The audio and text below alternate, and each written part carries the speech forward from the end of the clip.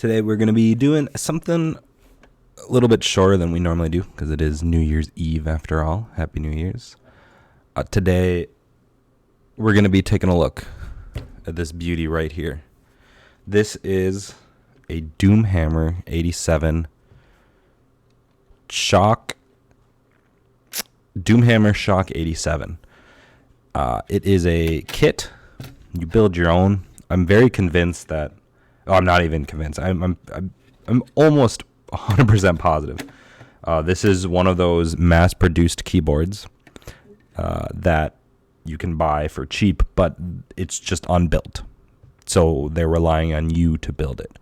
This keyboard is only $30 for a TKL kit. Very low, mind you. Very, very low. And it comes with everything you need as far as keyboard goes. It has a plate. It's got a PCB. It's got a housing, albeit made of a soft touch plastic, which isn't a problem because, again, $30 on Amazon. It comes with some plate mount stabilizers. I would probably normally recommend using at least like better ones than the ones it comes with, but we're trying to keep it as budget friendly as possible and as little purchases as possible for this build. I actually got this as a Christmas gift from my fiance. I added pretty much all the stuff to my wish list, and I got most of it, which is awesome. The other thing we're going to be doing is we're going to be adding some Dolch style keycaps. They're just black, gray, and blue lettering. Again, another fiance Christmas buy, which was very nice. And then, being as we're trying to make this keyboard, admittedly, with as little effort as possible, we're actually just going to be using stock Kailh burnt oranges, which, from what I've seen online and from my limited time using them in a hot swap build, these are pretty nice without having to do too much effort. Like, obviously, we're still gonna lube up all of the stabilizers, but more than likely we will not be lubing up all the switches just because I wanted to try some of the boxed stock because everyone always seems to say they're fine without lube, and we're gonna see how they are. And all in all, this keyboard will probably just be one that gets put on a shelf and doesn't see much usage unless somehow I fall in love with these Kailh burnt oranges. But so this is going to be pretty easy and straightforward. We can get started already. My soldering iron is already heated up. We are actually going to solder on this resistor, I think this is. I don't exactly know what it does because I already tested the PCB with this cable. It's a non-removable. Well, it's technically removable, but in stock form, it's not removable unless you take apart the whole keyboard. But this, I'm assuming, is for if you are installing LEDs. And actually, another cool thing about this PCB is you actually have the option of installing per key LED, something that we are not going to do today. We are going to save the LEDs for a different build that I have coming up. But this is pretty cool for the fact that you get $30, you have a potentially backlit custom keyboard. I think that's super cool. And I think eventually I'd love to do a build with this with nicer switches like inks or more creams or something and just see how much value you can get out of just $30 keyboard. A $30 custom, I should say specifically. Because obviously the housing and everything makes a lot of altercations to how things may sound when you're typing on them. But I think a plastic housing, as long as the plate doesn't rattle too much, and I don't know if we're going to put dampening foam in here. It would probably be pretty easy, actually, to put some dampening foam in the bottom. That's something to think about, isn't it? Anyways, let's solder on this last thing that we got to get soldered. It shouldn't be too big of a problem to do that. Let's get some coffee first.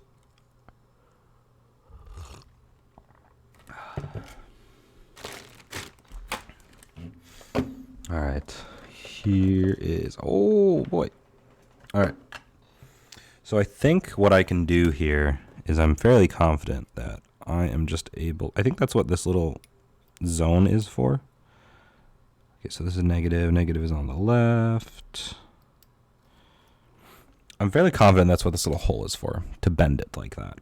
Because otherwise I'm not entirely sure how I would get this to be soldered on. So we're just gonna say that is how it's supposed to be. Right here, we kind of stuck it and then we bent it. But that's not a problem. So let's grab our solder. And then, actually, I'm going to use the case to lean this upwards while I solder it. Uh-oh, oops, I hit the screenshot button on the keyboard. All right. Oh, hello, Fluff. Oh, it's Tyler. Hello, friend. How you doing? My name is Sam. Nice to meet your... Oh, I suppose you hear me. I don't really hear you, but welcome to the stream. Thanks for stopping by, man. Today, we are building a Doomhammer Shock 87. It is a $30 budget keyboard kit. And I have had my eyes on it for a while. And my fiance actually picked it up for Christmas for me. And so we're doing a build with it. We're going to see how it is. If it's good for $80, might be something worth looking into for future builds, to be honest. But a lot of the parts that it come with aren't the highest of quality. The plate is actually pretty sturdy, but how it sits on the PCB is a little dicey, and plastic housing. I mean, it'll probably, I mean, it's gonna operate fine, all in all, I'll imagine, but it's definitely, you're definitely getting what you pay for $30, or I assume. We'll see. Maybe it's amazing. Who knows?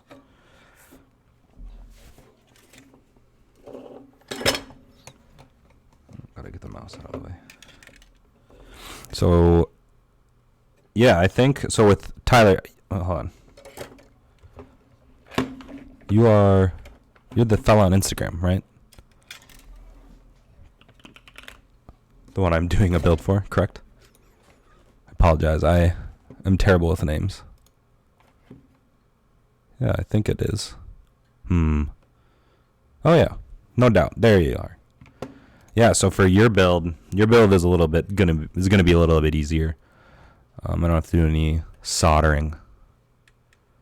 The hot swap stuff is pretty nice. It really is. It makes things a lot easier. There's just kind of a I don't know. There's a lot of people in the keyboard building community that kind of look down on hot swap builds because in theory they're not as secure of like per switch or whatever, but it's fine. Hot swaps are dope. I have my own personal one that I'm building whenever the parts arrive. But we will see how that goes.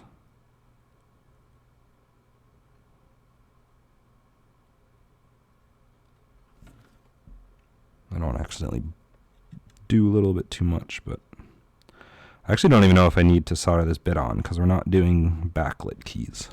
So, but we're going to do it just to do it, basically.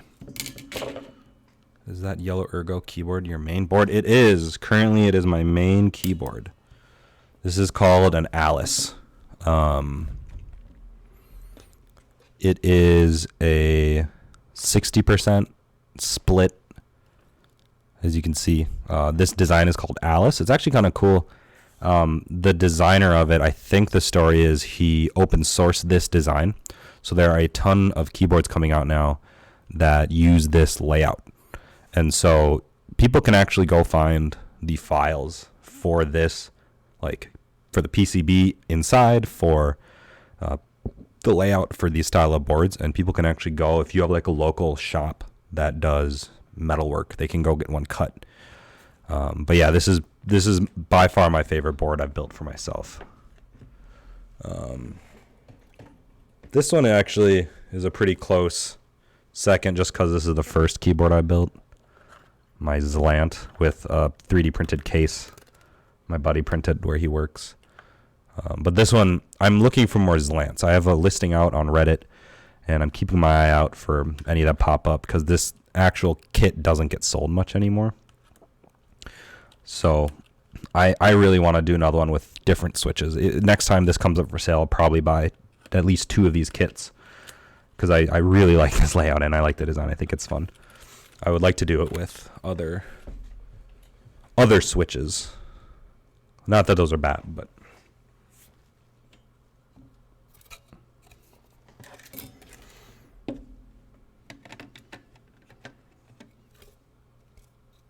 I just think it'd be fun to do.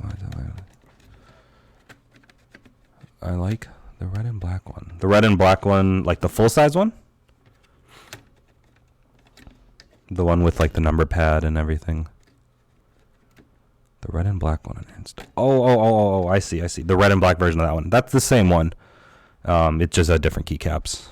I ended up putting on those keycaps because those keycaps that are on it right now are called GMK Samurai, which is it's like a higher quality keycap set than I had on it before. And eventually I'm going to paint the 3D case, the printed case, to match the keycaps eventually.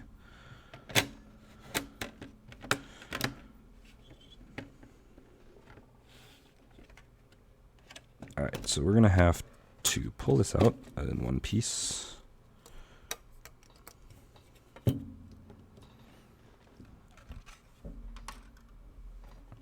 Yeah, it's the same keyboard. It's just with different keycaps. I don't know how well this is gonna go. We're gonna have to. So right now, I'm gonna drop all the switches in. But what we're gonna do is we're gonna do anchor points, because this plate doesn't screw in or anything to the plate. Is this part, the metal thing, and then this is the PCB. It doesn't stick in very well, so we're gonna have to do a few anchor points. Unless, does that clip in? No, it doesn't. All right, I think the corners are usually good go-to spots. And then normally, if you catch the stream, I'll either have lubricated switches or I will be lubing switches, which is what I'm going to be doing for your build, which is part of like the service aspect of what I'm doing. It basically, you take machine grease or some other type of grease, you grab a paintbrush, and then you crack open a switch. So this is an Elias. No, let's see a different one. This is a stock matcha, a Gateron matcha switch. It's the color of matcha, which is like a green tea. And then you take up a switch opener. You pop open the top. And then you actually basically dip your switch in the lube, and then you coat the inside of the stem, which is the part where the keycap sits on. You lubricate this spring, and then you lubricate the inner housing. So basically how it would look is I would lubricate this. I'd lubricate the top and bottom part of the spring, and then I would lubricate the sides, the front, and the back of each stem, and then you put it back together. And so that's kind of really the most time-consuming part of a lot of the keyboard builds. So lube switches, essentially, most people generally agree that lubed switches sound better, they feel better. So basically, in the ideal world, all switches would have essentially like a zero, close to zero, like friction. I think coefficient would be the right terminology. But basically, since that's not possible and plastics have friction on them, the plastic of the housing and of the stem, they rub together and they create either noise or resistance. And so what lubing things does, like lubing anything, it makes the whole process of it going up and down and the contact between the two plastics, it just smooths it out. And to a lot of people, it enhances the sound of the switch because it gets rid of any sort of spring crunching noise as the spring depresses when you're pressing the key. Like here, like, I don't know if you can hear that. But it basically dampens most of that noise, and it creates a much smoother sounding noise. Let's see if I don't really have a good comparison, because this one isn't actually lubed. See if I can find, I have a bunch of switches on my desk. Oh, actually, hold on.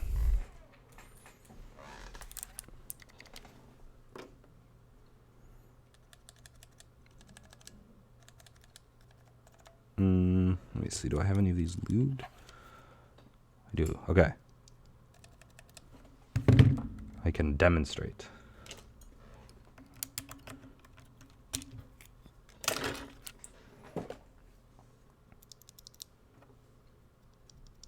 Okay, so these are both Gateron black switches.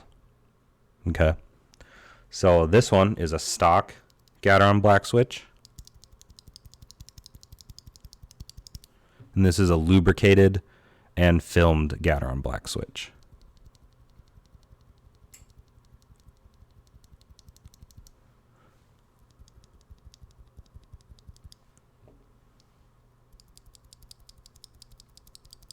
I don't know if you can hear the difference. Basically, it also kind of quiets the switch down. So this is the lubed. This is the unlubed. It's a subtle difference. Most people tend to agree that the lubricated one is a nicer sounding and nicer. It's definitely nicer feeling at the very least. Yes, exactly. That's a much better way of putting it than I could think of at the moment. But generally, most people, when you're building a keyboard, they will lubricate, as it's just an easy thing to do when you're already doing all the other stuff to a keyboard. Cool. I'm glad my microphone can pick that up.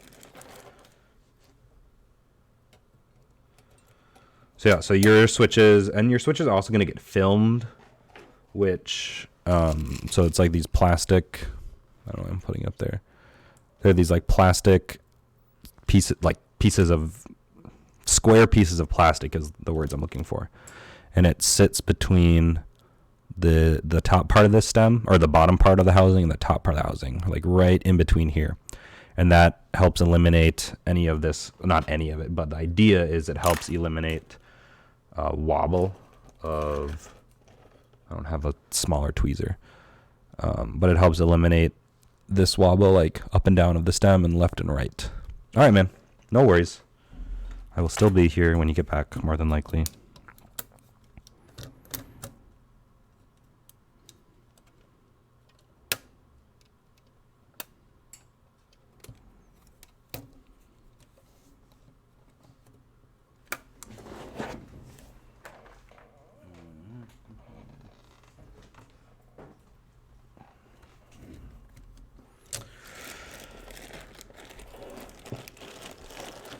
This is going to be tough, actually, because these Kailh box switches don't sit super far into the keyboard. I might actually end up using these other guys, which I guess are also Kailh, so it actually isn't much of a difference, is it? That, oh man, all my extra switches right now are all Kailhs. Oh, actually, I think they do sit a lot different. For ease of use, we might switch over. I think for ease of use, we're going to be switching over to Kailh Speeds, or Kailh Pro Berries. Yeah, that sits a lot nicer.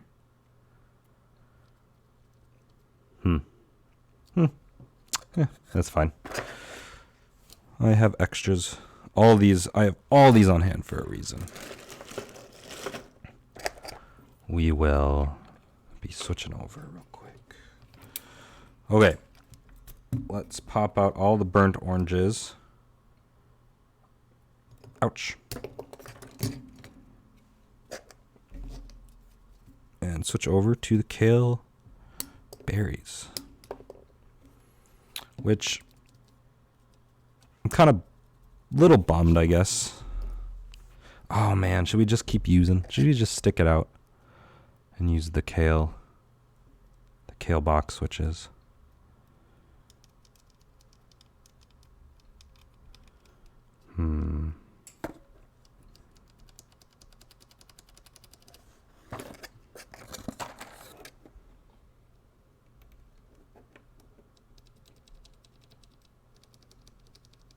I think, yeah. Because I wanted to lube these.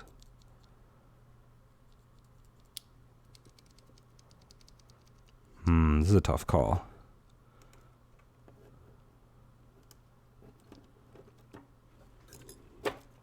Here, actually, all right.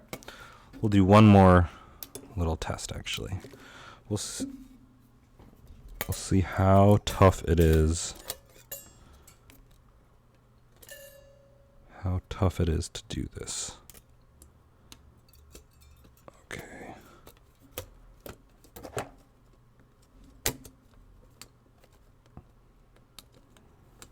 Man, this is such a strange...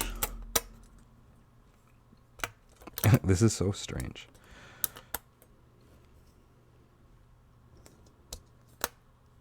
I wonder how hard I have to press.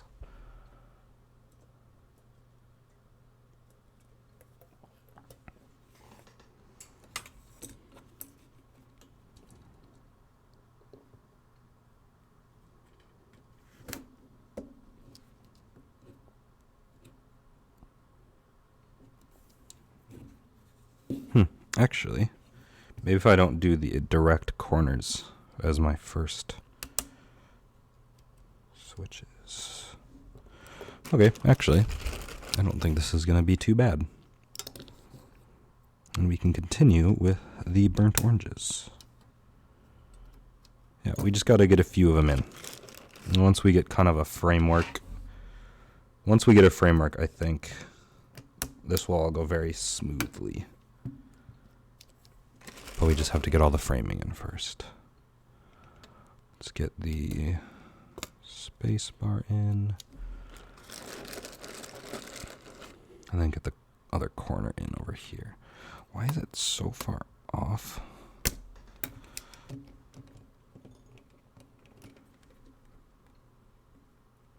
Man, this is such a goofy PCB. Goofy setup.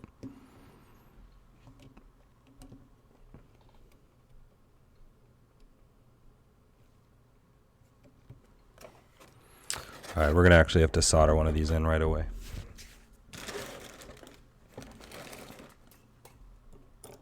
Let's get all the Kailh berries out, because we're not actually going to use these.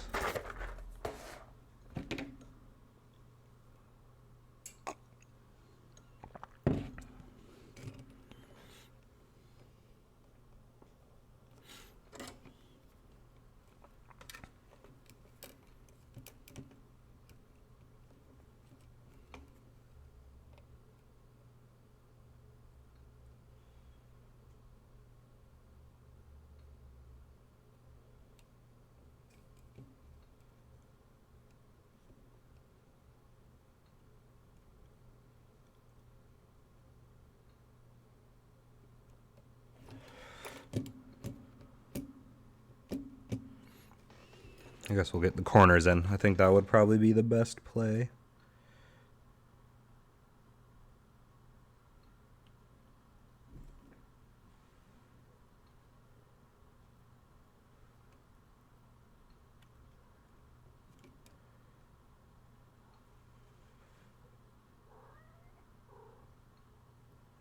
Not now, cat. Not now, kitty.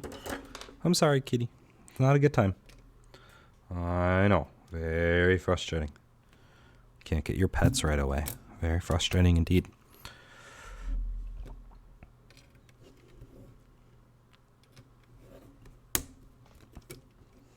All right, I think we made the right move. I don't really want to use up the Kailh berries unlubed. I'm down with using these burnt oranges unlubed, but the Kailh berries I do want to save, just because I've heard really good things about them, and I don't really want it to go to waste. Not that saying this board is a waste, but I'm still skeptical about how it will turn out in the long run, to be honest. Mostly because of how this PCB and this plate are. There aren't any screws on the inside of this case, which is cool in the strain that it's a screwless case. But it's not cool because, man, is this plate very strange. It uses springs. Like, one of its dampening techniques are a couple of springs. And I'm not totally convinced that that's a good move. Alright, I gotta redo this one. I bent one of the stems.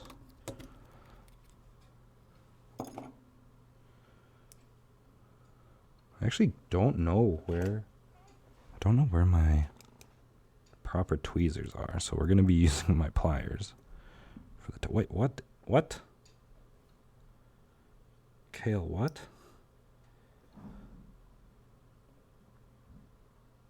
That's very weird. I think the leg just split, the stem just split in half. Maybe that's how these are. I didn't think that's how these were. They both go through? They all both went through that time. Alright.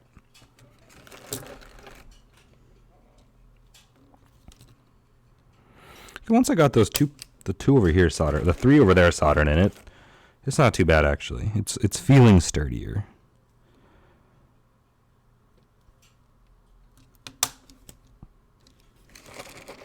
I don't know.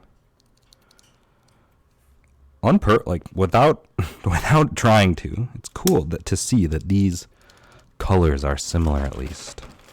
I didn't purposefully color coordinate, but it's turning out to look very nice. If only the PCB was also orange. Granted, I realized that would be tough to do. Making it there's not a lot of orange PCBs I've seen out there.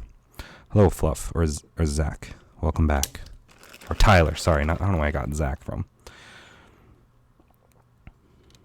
So the only thing you missed is I soldered a few switches in on this side in order to make it so the two pieces stick together. And this is going to be a very, very quick build. Most build streams usually would take me 3-ish hours. But being as the switch is already lubricated and they're already put together, or they're not lubricated, sorry, they're stock switches.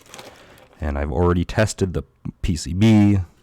We're just sending it today. And I just want to verify that it still will drop in. All right, it still will drop in. Good. Good.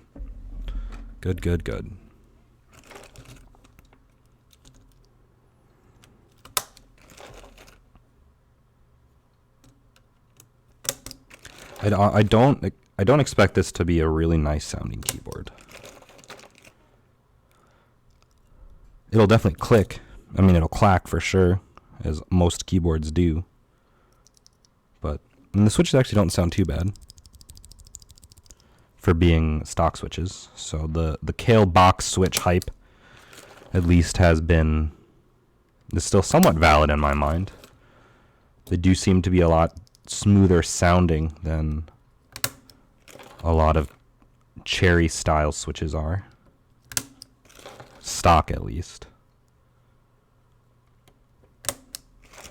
But depending on how I like these, I might go for more because I actually do like the design, to be honest. They sound very good for being stock all in all. Oh, I forgot music. Normally I play music, don't I? It has been holiday music, but I think we will switch it up, being as it's not really Christmas-y anymore, since it's quite literally post-Christmas. But we will see what we have available.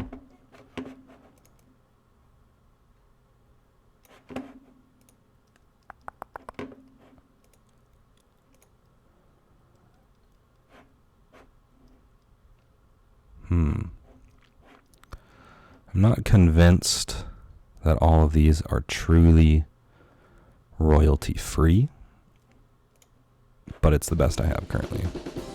Oh, that's not playing through the right speakers. Oh, and that got really loud. Let's see.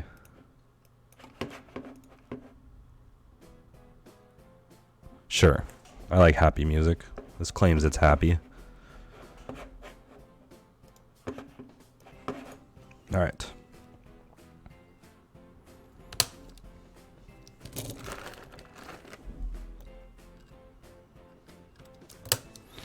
If this goes well, I think I'll pick up a couple more of these.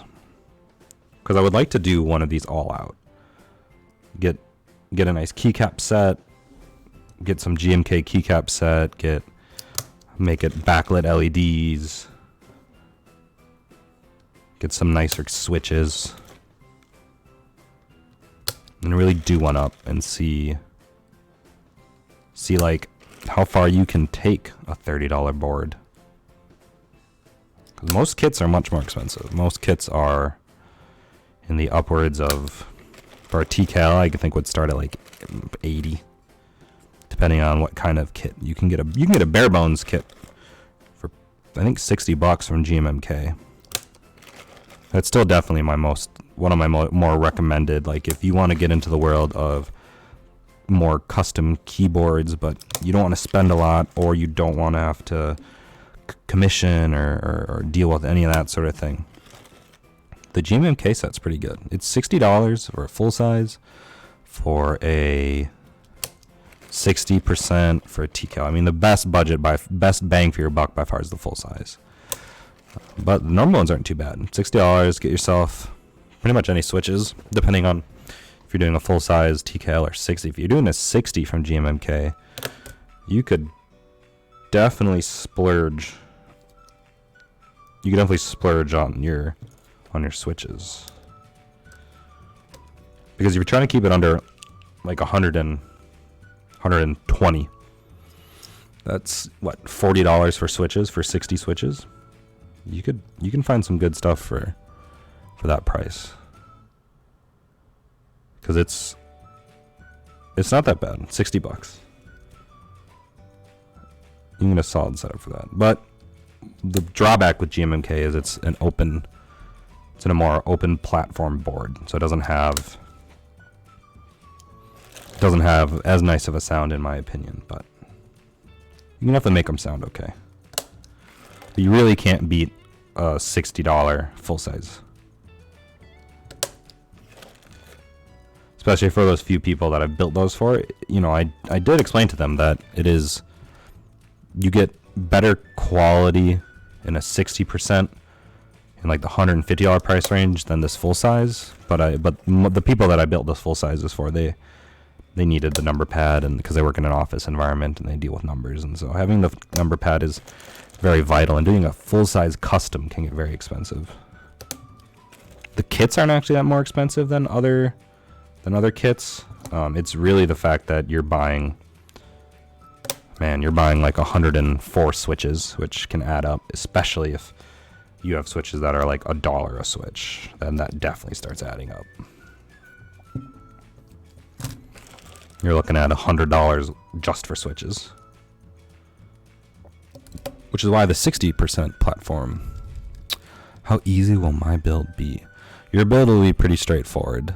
So normally people who build keyboards, I'll like being honest, normally people build keyboards, they would charge some sort of a service fee, I guess like a commission. I didn't do that with your build, mostly because it is going to be so easy, because it's a hot swap board, and because I'm still trying to build a following and a base, and basically being able to build someone else's keyboard for them gives me more content, which is kind of what I need to do right now, is just have more content. But your build will probably, like stream length wise, will probably be shorter than this even, because I normally don't lubricate switches on stream, because it's kind of a boring process. So I'll lube them off stream and then start up the stream and put it all together. And because it's a hot swap board, I don't have to solder each switch, because like each switch has 2 stems, right? It has 2 little leggies, and I have to solder each one. And so with a build like yours, it's going to be pretty quick.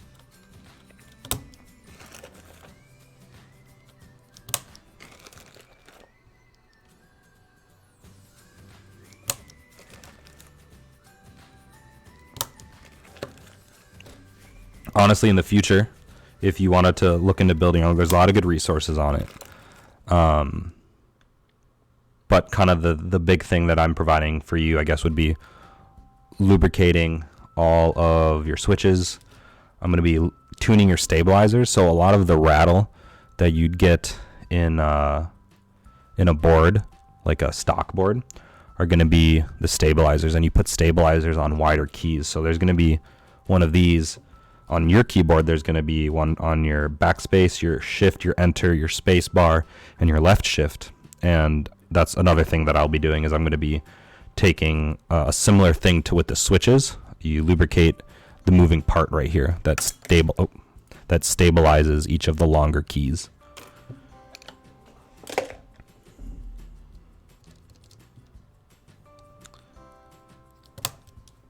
So that's also a really big part about people who build keyboards is eliminating as much noise as possible, except for the noise of the switches, which is kind of the general idea.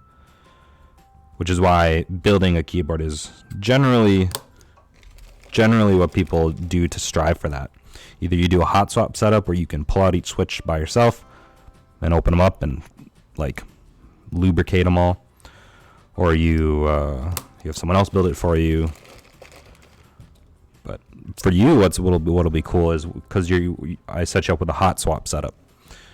In the future, as long as you get yourself like one of these tools, you're going to be able to pull out all of the Gateron yellows, and you can put in, if you wanted Kailh box jades for, the click, you could swap them out, put the Kailh box jades in, and just go to town, and you can go. And then if you get tired of the jades, you can put your Gateron yellows back in, the milky yellows, and be good to go. So it's a really good starter board. Like when people are looking to get like a start on building or like into the mechanical keyboard world, a really good place to start is with a hot swap. Allows you to experiment, allows you to try different things before you potentially dive into like a proper built keyboard with permanent switches.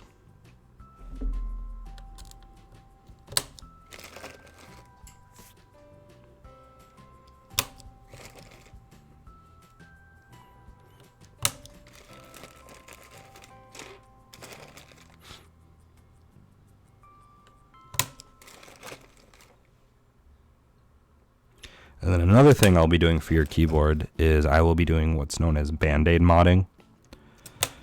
Because how these stabilizers work is, I don't know if you can see it, but there's these little feet that move. I need to get a better camera. But there's these little feet at the bottom that move, and what they do is they hit the bottom, they bottom out, and they hit the actual PCB. So over here, these would go up and down, and they hit the PCB as you depress and actuate the switch. And what putting a little cloth Band-Aid strip down there does, it just dampens that noise. So a big theme in keyboard building is kind of dampening and getting rid of as much noise as possible, aside from the actual clicky noise that many people find appealing.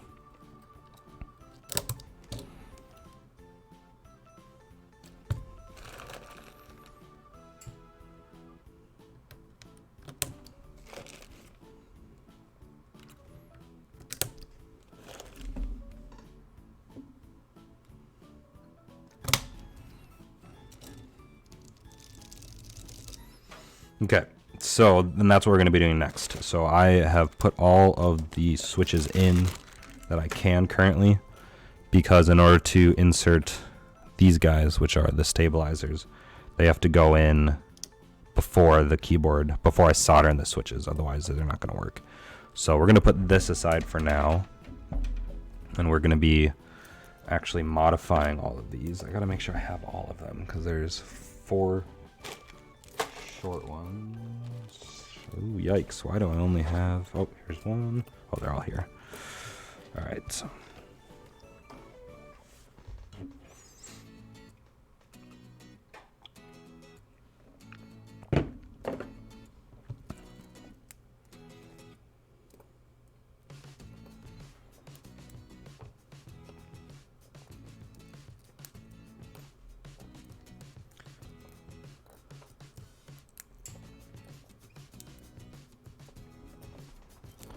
And I still have issues really perfectly lubricating this style of stabilizers, The ones that are pretty easy to get right are screw-in ones that actually screw in because they have like a tighter fit.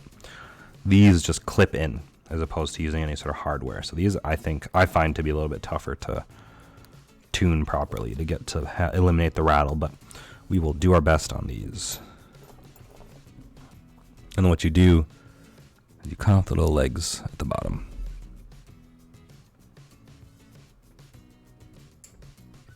These have notches in them. Ooh, they don't. That's gonna be tough. Oh no, they do have a notch.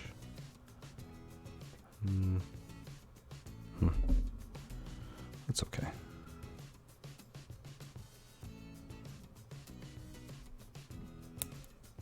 So Nova just stands in the bedroom, so Nova just like feed her a little bit, so it's not a camera. Yeah.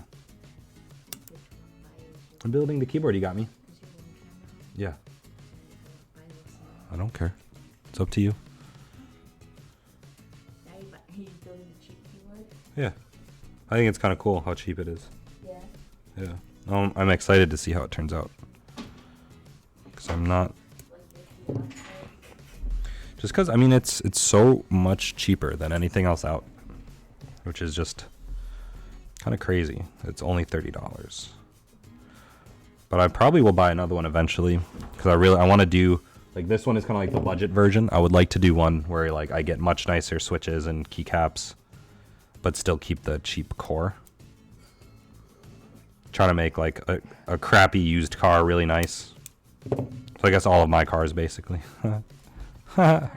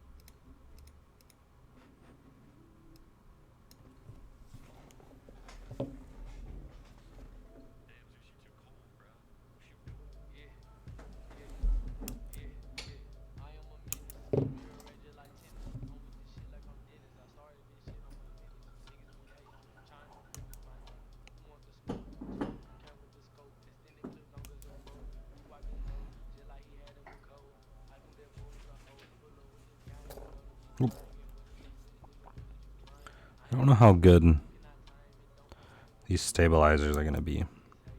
I think I could probably, in theory, use some of my other ones, but I think to keep within the spirit of this budget build, I'm going to just use what it came with.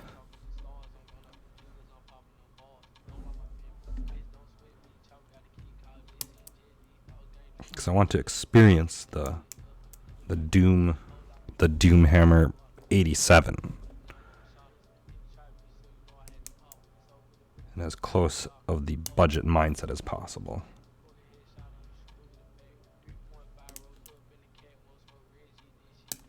All right, all those are clipped. Then actually, we're going to do the band-aids next,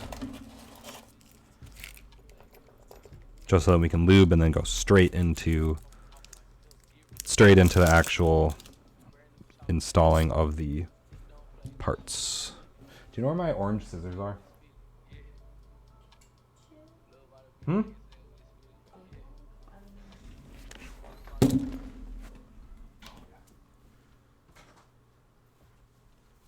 My nice scissors.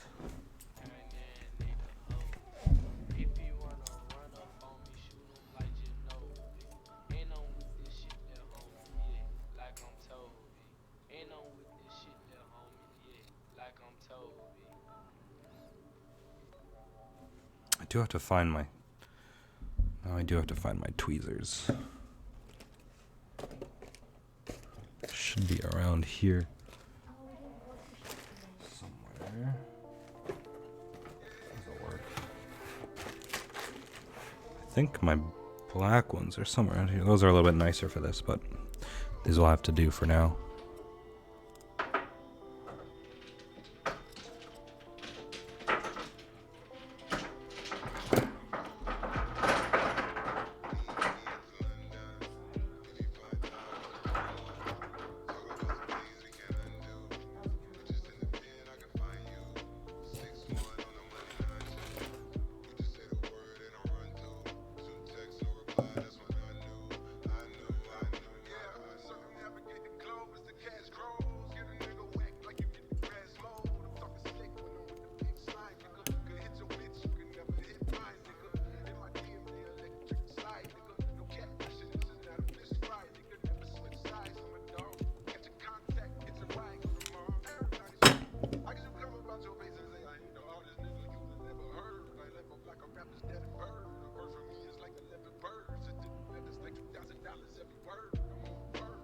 Man, these tweezers are terrible. I really need to find my other ones.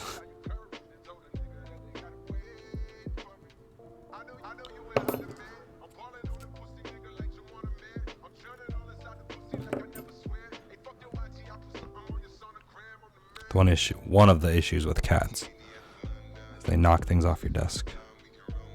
Sam. But she's really cute, so it's hard to be mad. In the right scene. Yep. For clarification, my cat's name is Sam. My name is also Sam. Okay.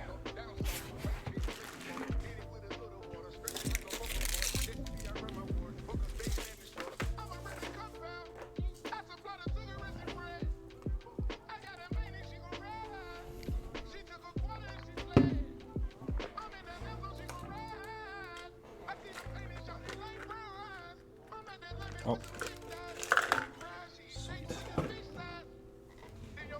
Found my good tweezers. Make this process much easier.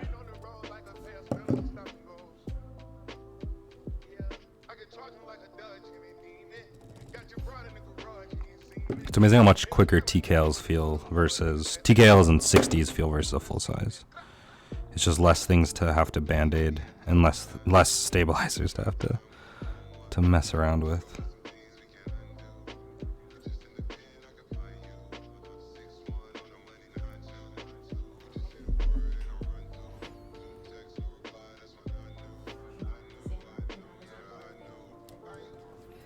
So actually, we'll have to use both sides.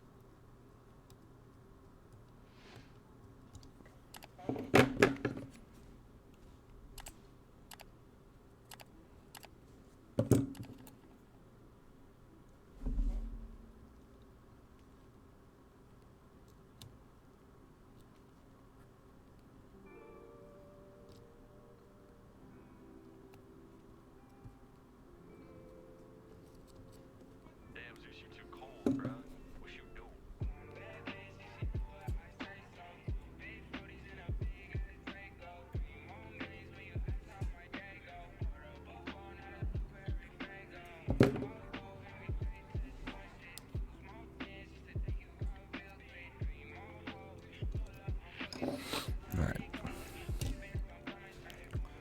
So all that needs to happen there. Now we have to this guy. I think we're gonna use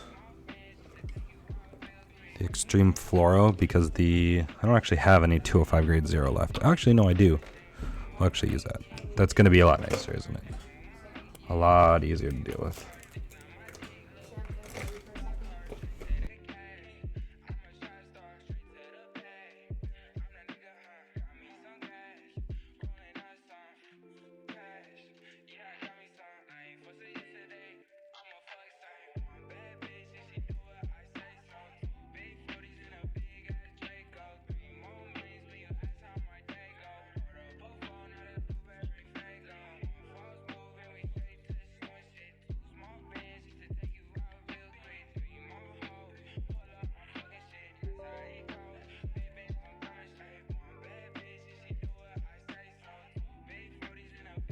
The Plex server wasn't up. Okay. If you buy my AirPods, you can pair them to the TV and listen that way. Huh? Oh, okay, you can do that. I don't know how well subtitles are gonna work on Plex though. All right, where the board? Board's over here. I'm actually I was messing around with the stabilizers. But so if you look in each of these holes, there's a cloth Band-Aid strip, which is used to, again, dampen sound. Common theme, like I said. I gotta find the right brush. Here it is.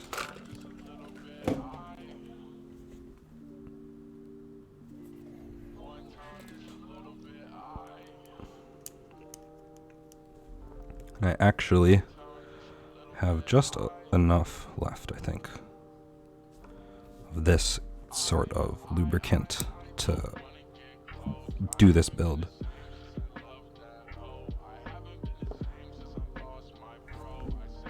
Man, it's a lot harder to lubricate these white switches with white lube. Normally these are black.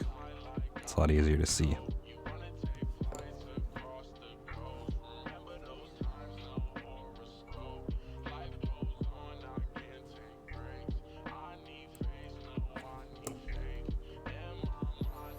It's okay. Don't worry. I knew what you meant. It's just off screen right now. I don't really have much. I guess I could put it right here or something, but I don't actually need it at this very moment, so it's off camera.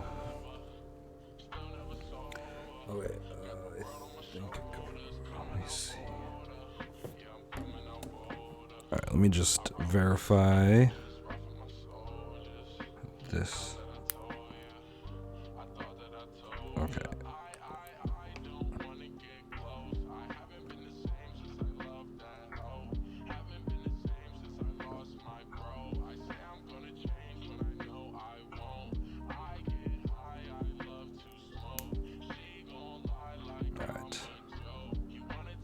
Alrighty. Okay, so let's keep on working on this stabilizer.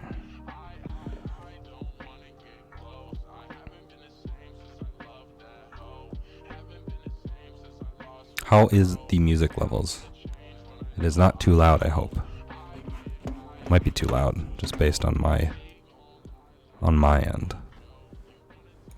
Maybe that's better. Uncertain.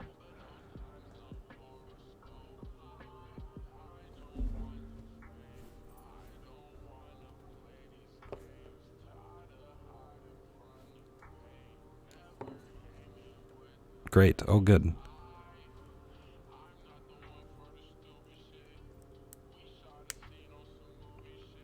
If you're interested, this is Zeus Makes Music on YouTube. He has a lo-fi, hip-hop, and rap video playlist of his own remixes. Well, probably my favorite go-to. Oh, too quiet now. Maybe that's better. But it's probably my favorite YouTube music creator currently. Cause I think it's disrespectful of him to not call him an artist, but he does very nice remixes. I haven't actually checked out any of his originals. He does have some originals up on Spotify and whatnot.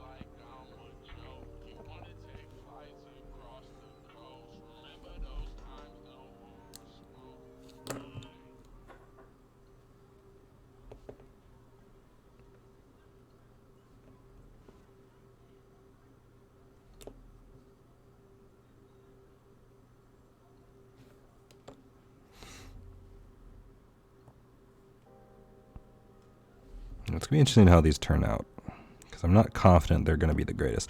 From what I've read, the biggest downfall of this keyboard kit are the stabilizers, which I could definitely believe, because the keys that these stabilize definitely are important. Oh gosh. Oh no. All right. Let's drop these in. I don't think it matters too much.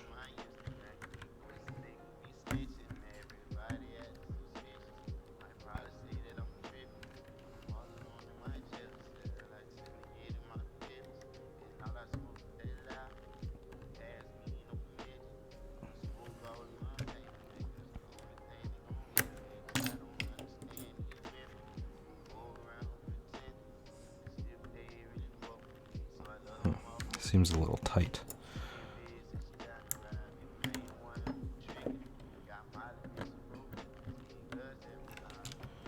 I don't think it goes the other way. Oh no, it does. I was just an idiot.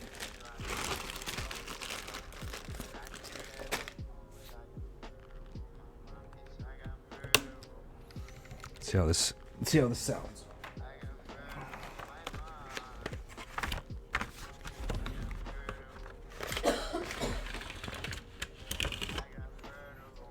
Alright, so that is the back space.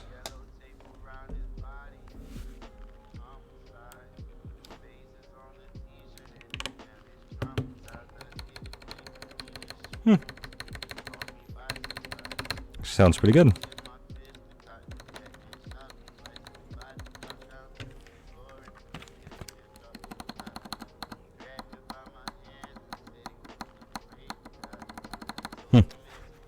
All right, well, that's good news.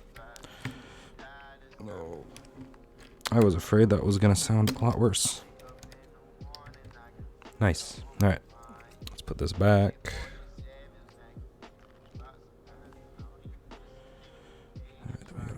We can leave that in there actually for now.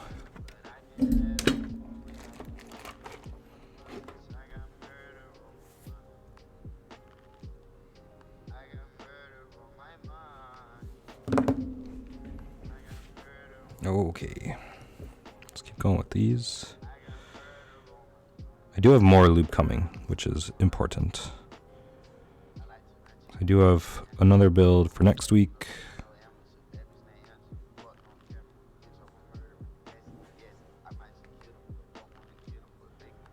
And I do have another one planned for the week after. And also have the one for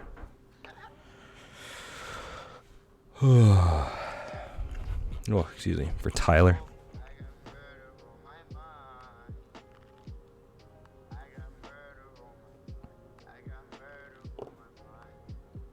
That one's gonna, I think, sound really nice.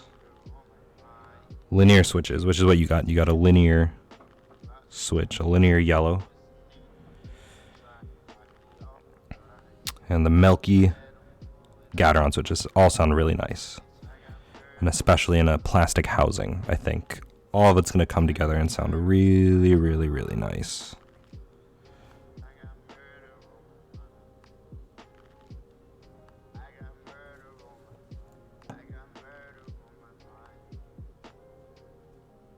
Let's do the space bar next. That's the one that always gives me trouble on these clip-in stabilizers.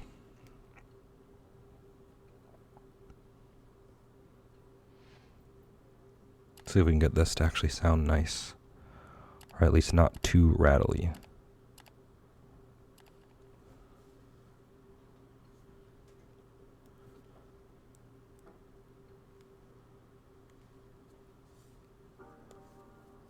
So I don't actually know if I should be able to make those last for the entire. It's not like I have to do a ton of stabilizers this time around. Oh, there's cat hair.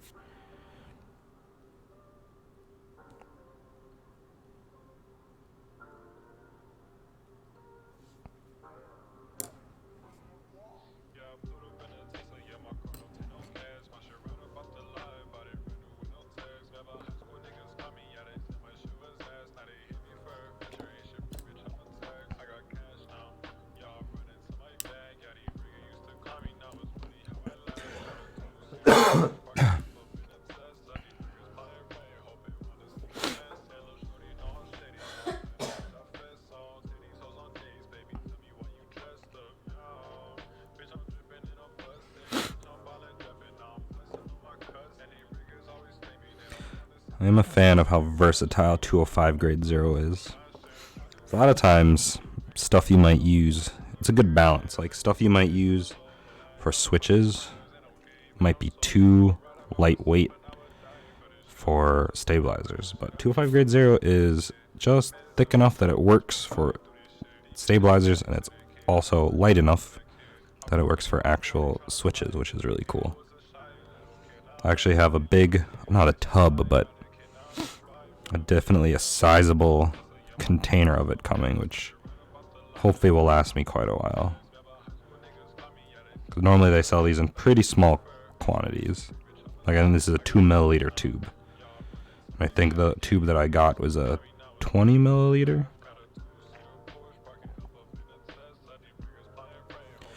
So that should hopefully last me quite a few builds.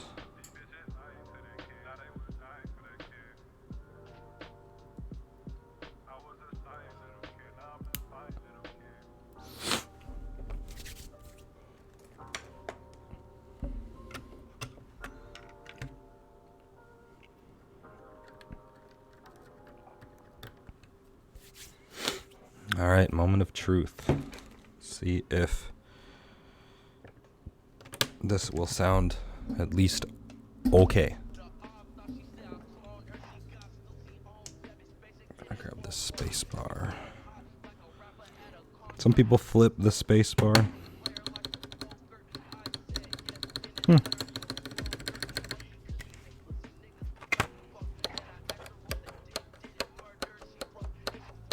Definitely helps that this is not a silent switch, but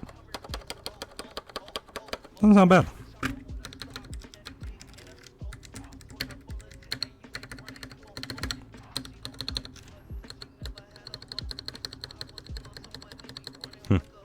Definitely doesn't sound great, but doesn't sound bad, which is what we're going for.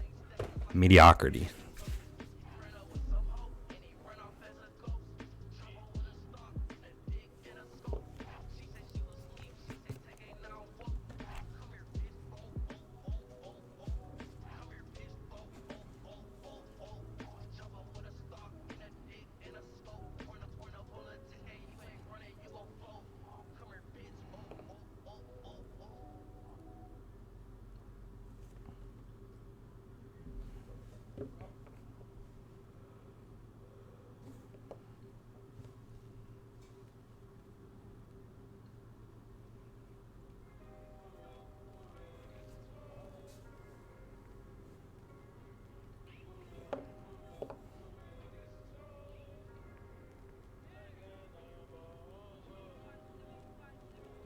I think I should pick up a new, like, bigger brush set like I have, because I got some tiny ones which are nice, but these really flat, wide brushes are nice for this part.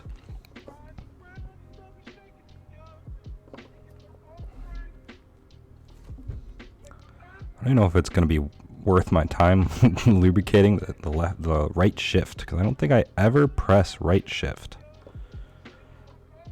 I know technically, like if you're going for typing form perfection, you're supposed to use it when you do things on the right side of the board. I don't remember the actual, like, technicalities of quote-unquote proper typing form. But I've definitely been working on it. I've gotten a lot better with using more of my right hand. Something I was really, really bad at is I would stretch my pointer and my middle finger like this to reach some keys, and that definitely put strain on it over time. Like, it was noticeable.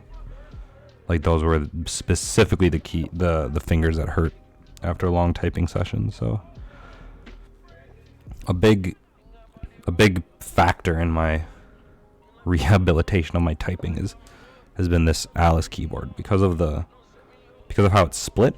It like really forces me to concentrate using my left hand on this half of the keyboard, because before I would actually stretch my left hand over to this half of the keyboard, which again is also not good for your hands.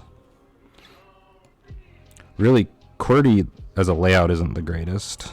There are technically better layouts to use. Because if you look at a heat map, of a keyboard, like the average that people use, right? Like the most common letters are going to be vowels, and the vowels on a QWERTY layout are spread all over the place. And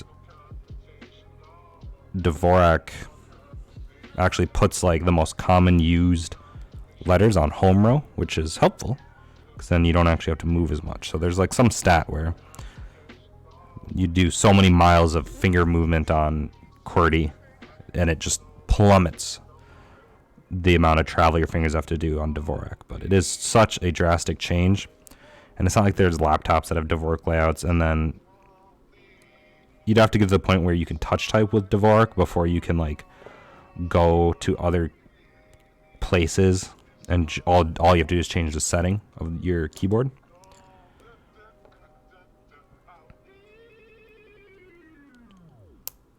It's just, I don't think it's very practical.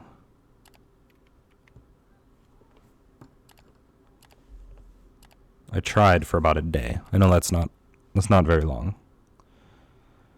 But I tried ortho for a whole week, and I actually really liked ortholinear, but my thing is there's so many cooler keyboards that are standard staggered than ortho.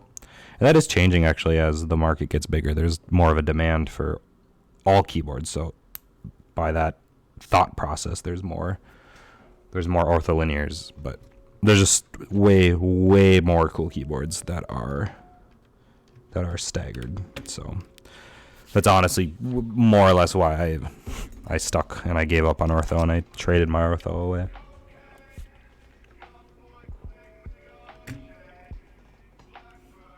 Like aesthetically, I think ortho looks a lot nicer. Just the grid layout, like having a blacked out keyboard with just with a grid layout, I think looks really nice.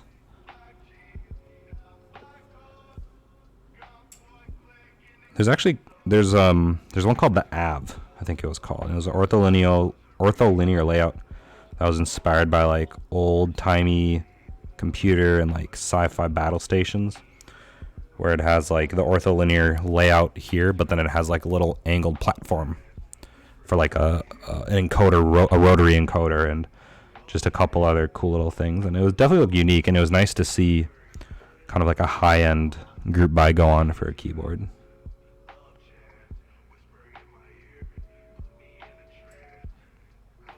And the one that I'm looking forward to, and I've mentioned on many occasions, is Lynx 50. Because to me, like, that layout is like close to perfection as far as a keyboard layout can go, because I am a big fan of 50% layouts, like 40 to 45 or 50%, because I just think I don't really need numbers readily at my disposal, and if I do need them, it's just a key modifier away. So it's really not that big of an issue to not have them readily available. But what is a big issue is having to hunt around for dashes, underscores, question marks, brackets, stuff like that. And so what the Lynx 50 does is it actually expand the layout from 40 to, I think it's 45% technically, but it keeps all the keys that are important to me. And it just so happens that the creator and I have a similar mindset when it comes to keyboard layouts. It was really cool to see that come to fruition. And the group I just popped, and so I think I'll probably go in on one, because I think one of the options is a brass plate. And a brass plate plus Holy Pandas, I think, will be amazing. And so that's something that's going to be coming up.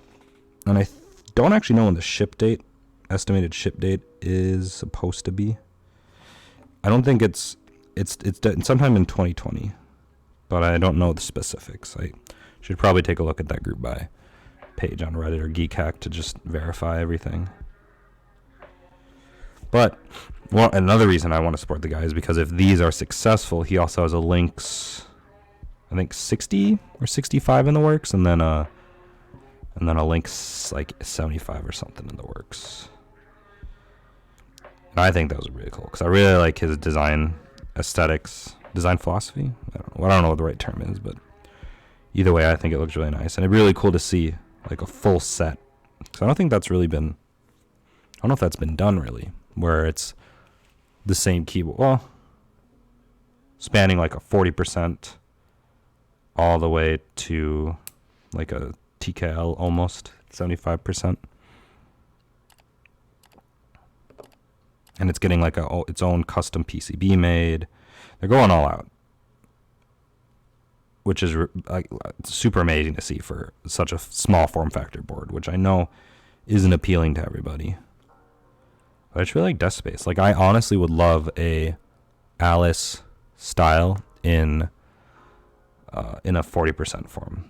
And I think that exists. I don't remember what it's called, but I know none are available currently to buy. You have to buy them secondhand. But a 40% Alice style would be really cool.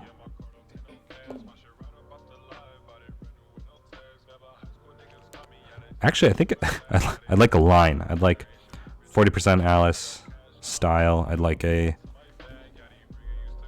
KBD75 except Alice. That would be fun. But that kind of ruins the point of compact form factors. I think I put this in backwards. Oh no, that was the right way.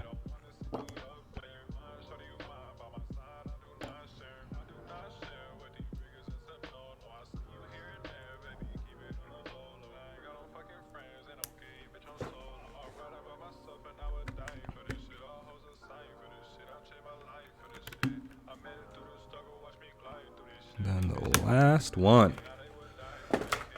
Then we can knock out all the soldering and move on.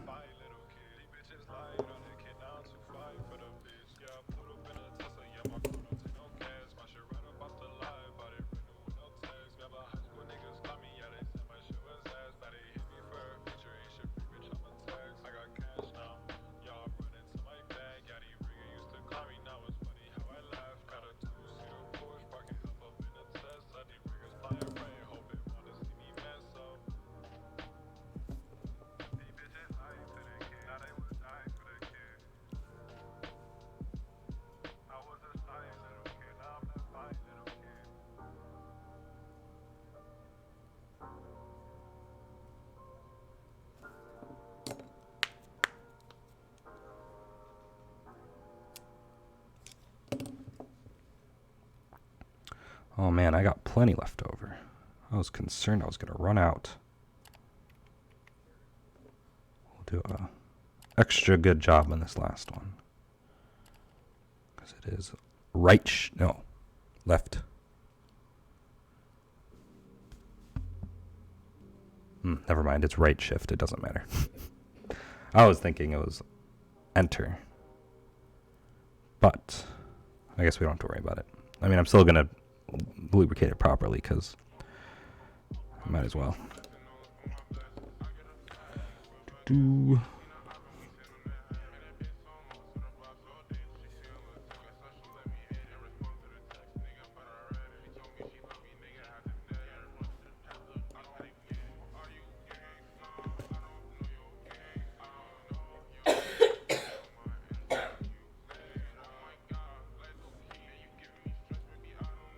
I think maybe something I might try down the road with this is add dampening foam later, because there's no screws at all in this build.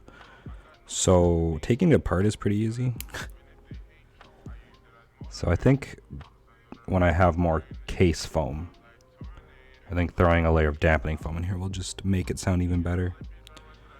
Because it's not like it's a massive cavern that's just unbearably big underneath the PCB, but it is definitely enough where if you filled it with foam, you'd get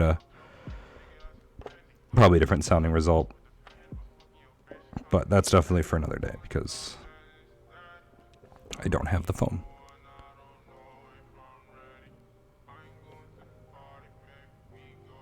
I also have to look into getting a proper desoldering gun, because I screwed up on my Christmas build and I am currently unable to progress with the per key LED. Basically, I just wanted the Christmas build to be all out ridiculous, and it's there, but it's going to be even more ridiculous when every single key is red or green. And that'd be ridiculous. That's going to be fun. Okay, so we are done with. I don't need this blue mat anymore. done with that. And then we can bring back this guy. Put in the last stabilizer. And the last switch. And then we can just solder away.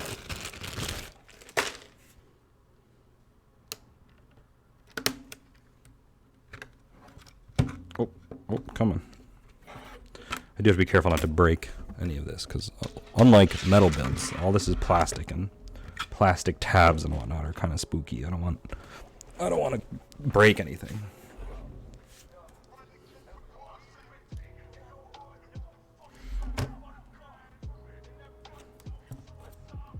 Okay, so I'm gonna verify that all these are through, because I don't feel like dealing with that later. I just kind of want to get in the zone, solder everything together, and then be done.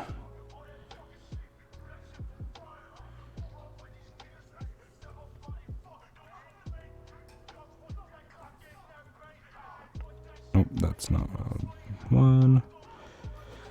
There aren't any over there. There's some right here. Good. Good, good, good, good, good. Nice. All right. Normally I mess up at least one of them. I guess I did catch a bunch of them earlier. So I guess we'll start with the top row. Actually, let's clear out some of this. I don't need the scissors again, hopefully. Don't need the flush cutters. We'll keep that. Don't need this. But we will keep this handy, this handy, this handy, this handy. No, I don't really need this either. Oh, ooh.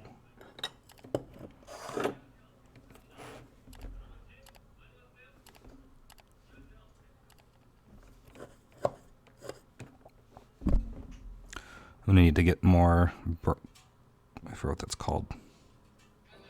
Steel wool. Brass wolf?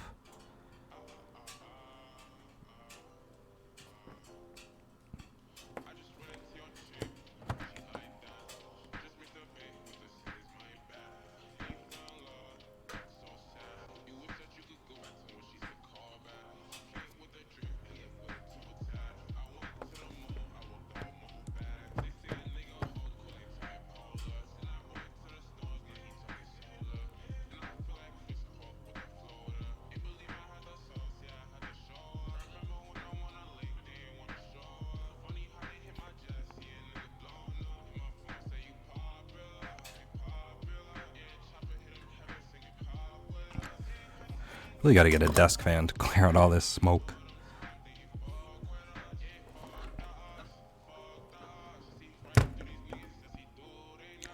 I'm actually really impressed with this PCB. Like, it's basic. It doesn't look amazing. It doesn't look bad.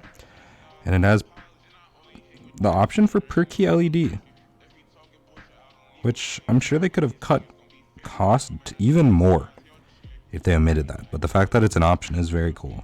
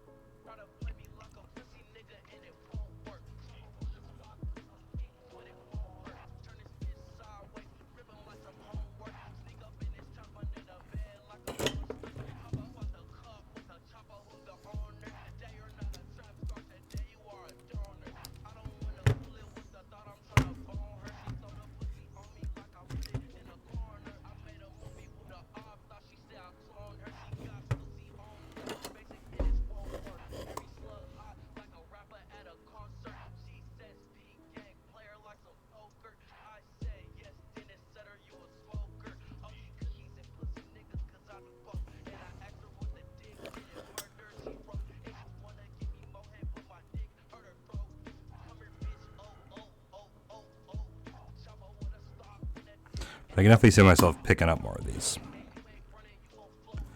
Because, like, creams inside of a plastic housing, I think, would sound pretty good.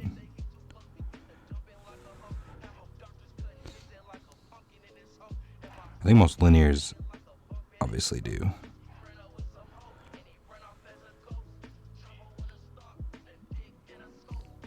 I'm going to go out and say probably the thing that's going to limit this the most is the plate. Which is the fact that they use some springs as dampening. It seems like a very strange design choice. And maybe it's not meant for dampening. I don't know what else it's there for or why it's there, but it's there, so I don't know what else it'd be for.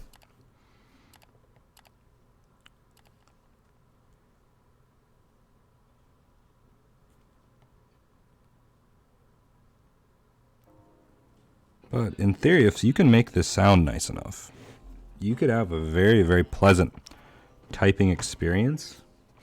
Given the fact that, like, you could really splurge on switches if your case and PCB and plate are only $30. Like, if you're trying to keep it sub $100, you could definitely do $30 for this, $20 for keycaps. You're at 50. You can spend $50 on switches. That'll get you some nice switches. And if you up to 150, that can get you pretty much any MX switch. Granted, you know, except for maybe some more ridiculous Frankensteins, but any stock configuration switch you could definitely get for $100 for 87.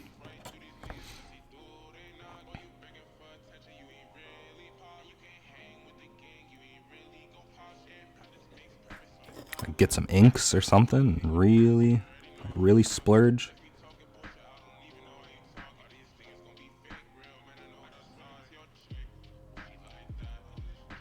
I actually think that might be what I do for one of these. Get some Gateron black inks. Okay, we're gonna do this side just to get this down all the way.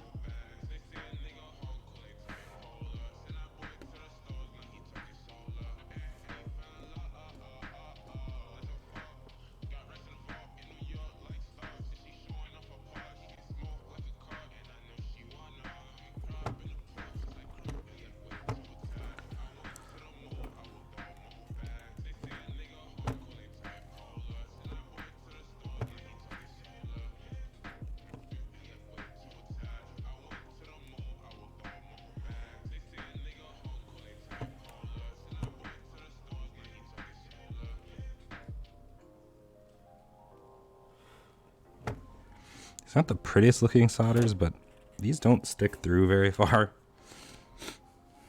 All of them are even, they're just not. The stems of the legs don't stick out very far.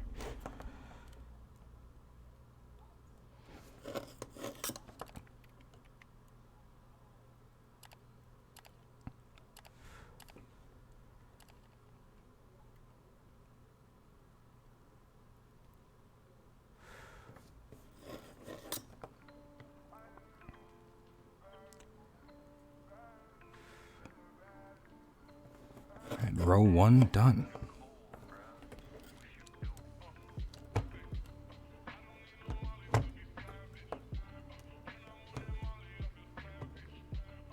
Trying to put pressure on this without stabbing my finger.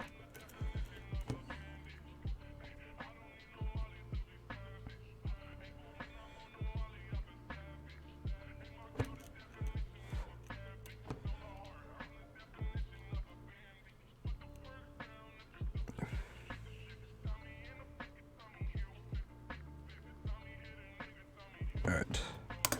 That's not too bad.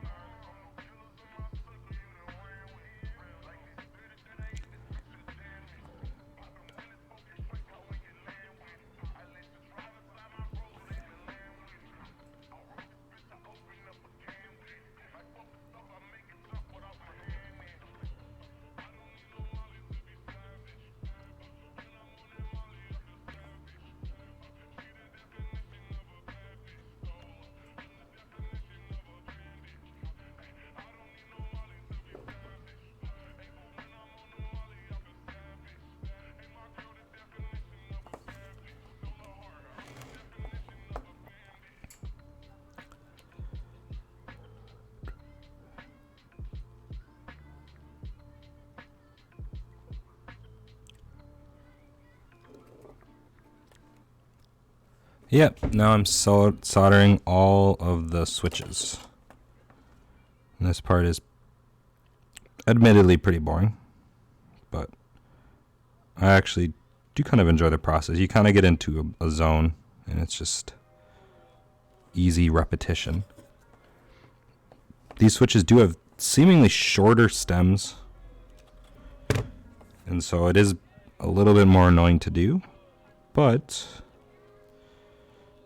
we should be done in no time, to be honest.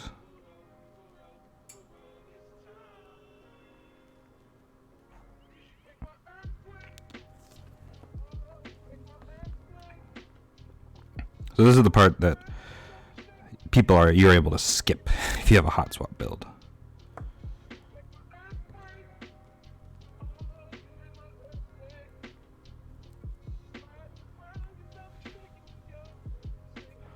But the theory is a hot swap build or a soldered in build has a better connection,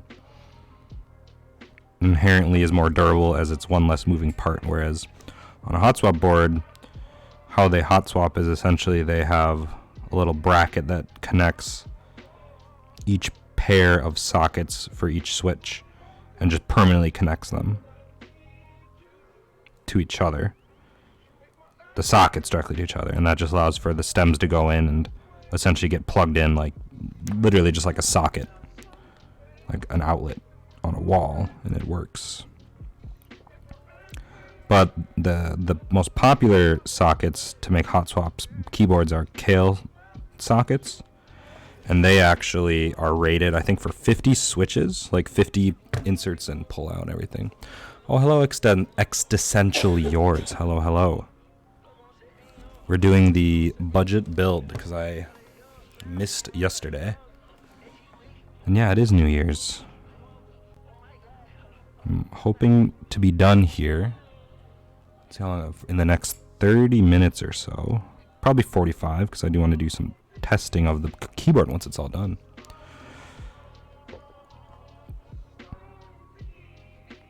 But we are using stock. I guess I didn't update the build command, but we are using stock Kailh box burnt switches with Band-Aid modded and lubed, the clip-in stabilizers that came with this kit. But I think it's going to be okay. Oh, no doubt. And if you don't even, honestly, there'll be typing test on anywhere you can find me. Instagram, YouTube, TikTok, the works. Hello, Hinat Twat, even though you're sitting over there on the couch. I appreciate you coming and watching, even though, again, you're sitting over on the couch. I'm not afraid to ban you. Don't say anything too silly, Hinat Twat.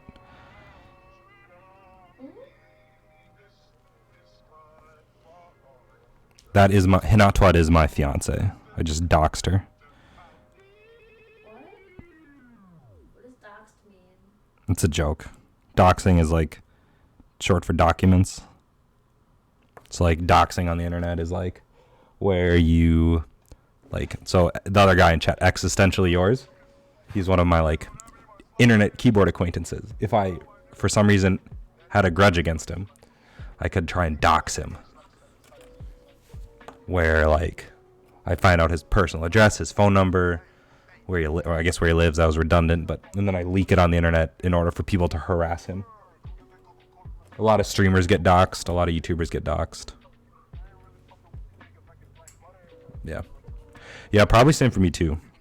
Because if you can find Hinat Twat or Keyboard Scraps, you can find other Instagrams, and you can find other people we're connected to, and yeah. Because I feel like, if you think about it, it'd be pretty ridiculous how, like, the moment you have anything on the internet like that, like, everyone's a liability. All your followers, all your friends, because, like, you could pretend and pretend to be someone. Be like, hey, like, this is so-and-so from high school.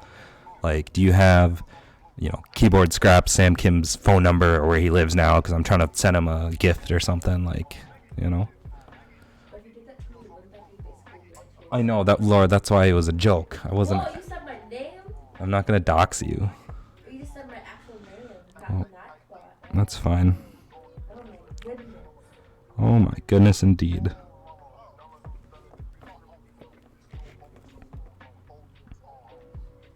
Oh, but How do you make that face? what? There's like a backspace What? on the comment. Oh, so that is existentially yours. That is so on Twitch. So each streamer Yeah. can have a set of emotes if they have a certain amount of followers, and you can set your own. That's cool. Yeah, I do not have enough followers to do that just yet. Look at this though. Check that. Oh gosh, it's not gonna work. I had another video hit the For You page on TikTok.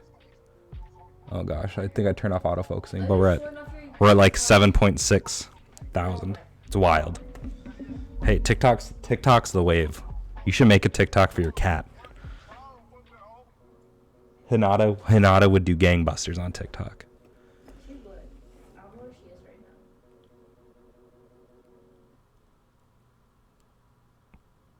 Sorry, I apologize for flexing. What he does. I don't flex. I mean, they can't read, like, hear my comments. Oh. I mean, if you yell loud enough, they could probably hear you. Twitch follows, so I have to, like, go back. Did you actually download the Twitch app? Yeah. Wow, that's dedication. We're on your second stream. So I wanted to see what people were saying, because I kept talking about how nice your voice was. Oh, And I wanted to know, that's my voice. You can't tell me about the nice radio. do you like my hoodie? Control Alt Believe. It's my keyboard building hoodie. I went into her bed and like, Laura, where's my Control Alt Believe hoodie? It's like, I don't know. I'm not your mom. And I go, that's true. I'm sorry. I should find it myself. And I found it. What? Yeah, you were in the bathroom when I yelled at you. Sorry. Oh, yo. Existentially, where did you get that carrot that weighed a pound? This dude? So the other guy in chat, one of the guys in chat, existentially, the other day he was streaming for just like a general chat live stream, and the man pulled out a carrot that was like a pound. It was like, it was wild, and he ate it. The madman actually ate the whole thing. You know what that reminds me of? What are these? What are these to you? I don't get the reference. Don't get the reference. The The interview? Oh yeah. Oh yeah. What are these? What are these to you? Vegetables? Yeah. I don't want my stream to get banned. I'm not like No, I know. There's a really funny interview. It's sad. it's sad. It's sad that it's a thing, that it's a reality some people have to fight through. But there's an interview. Is it Uganda? Yeah. It's Uganda. It's a Ugandan interview with like Ugandan morning news interviewing, I think, a trans individual. And his opening question is, why are you gay?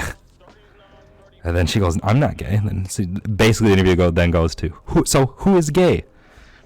And then it rolls through where it's clear this interview is clearly a trap.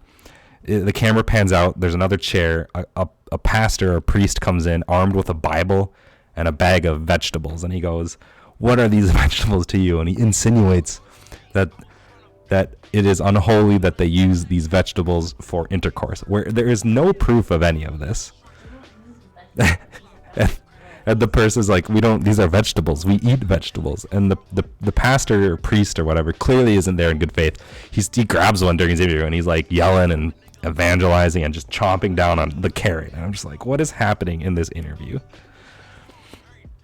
If you just look up like, why are you gay interview, it's a very interesting watch.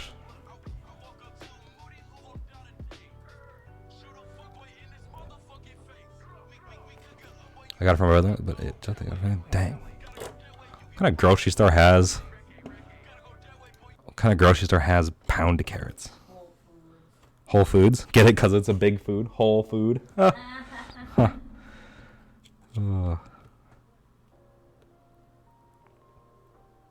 I've never actually been to a Whole Foods. Is there any in Minnesota? I don't even know if there's any in Minnesota. Is that the chain that Amazon brought? I'm fairly confident that's the one Amazon bought.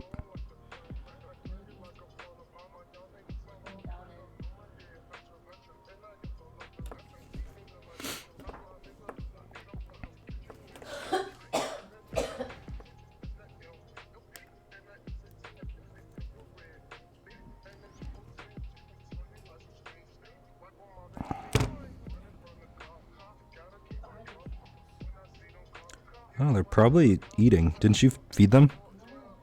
Oh, I don't know where the cats are then. Sam might be under my desk, to be honest. She likes... Yep, Sam's under my desk. I'm sad that she doesn't like going up in her spot as much anymore. On her that is true. But even when I like put her on my desk... Where did you come from? I think she was sitting behind Q's box. Where did you come from, huh? She's just sitting on there all proud of herself now. Where did you come from? What are you doing?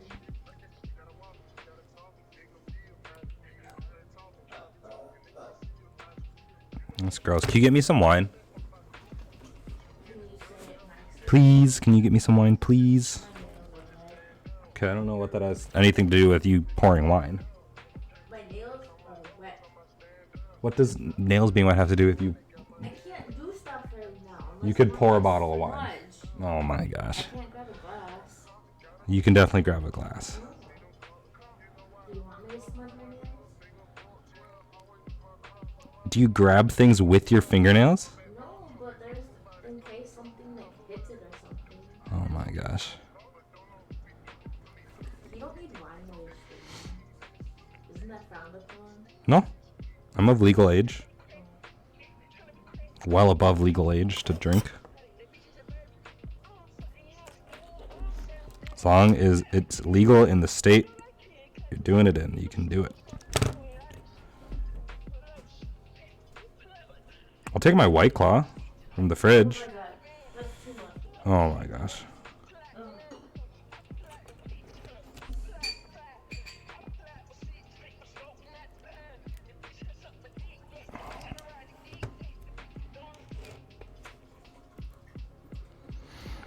Yeah, I'm very impressed by this board. For the fact that it's $30, it has the option for per key LED. I don't know if I doubt it's programmable, but we'll see. But oh, wow! Thank you.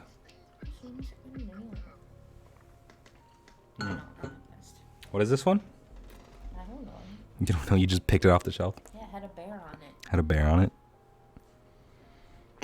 Tastes pretty good, actually. Yeah, it's not bad.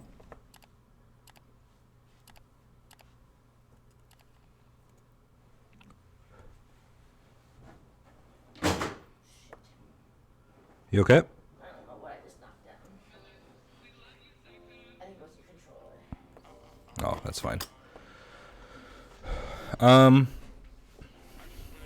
Potentially. That'd be something I have to look into. I don't really know to do that off the top of my head. But I think I might leave this one as is for like stock. And the fact that it's only $30 to get another one, I want to do another build where I take this $30, setup as far as I can. So I'd keep the case, keep the PCB, keep the plate, but then go out on like switches and go out on a GMK keycap set. I'd probably upgrade the stabilizers at that point. I'd probably get proper, not whatever these knockoff clip-ins are, but would it be cherry clip-ins? But then get like creams or inks or something. Probably a linear to go in the plastic housing. But then I'd also fill, I'd fill this with case foam. And just see how far I could take like the $30 base. Because right, if you're just for a typing feel, you don't care too much about the housing it's in, $30 gets you case, PCB, plate, and if your budget's $150, which is a fairly reasonable price, you get a TKL, and that leaves you $120 for switches and keycaps. So granted, you probably couldn't get a GMK set with that, but you can get a nice SA profile set, I think from Kailh, and then you could spend you know, not $100. Like, yeah, I guess you could do like $80 on switches, right? You find the used set on Mech Market or something. You can get some GAT inks. So I think I could see myself doing this again, going all out, except do it with inks.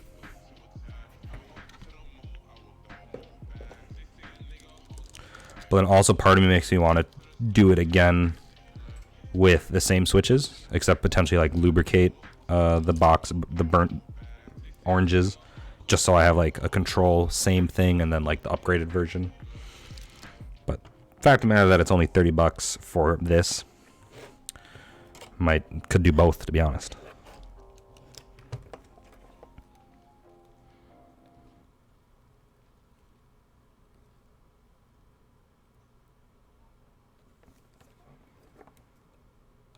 But I think that could make for a pretty compelling video, because like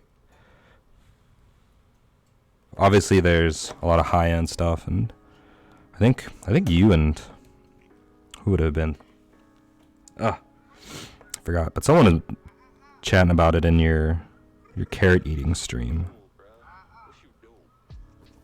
Just expanding a lot of content and make it more accessible to more price ranges. And I think budget boards are definitely a good way, and this is probably, as for a TKL, almost as budget as you can get. And if this turns out to be a decent typing experience, like I'm not going to shy away from recommending it.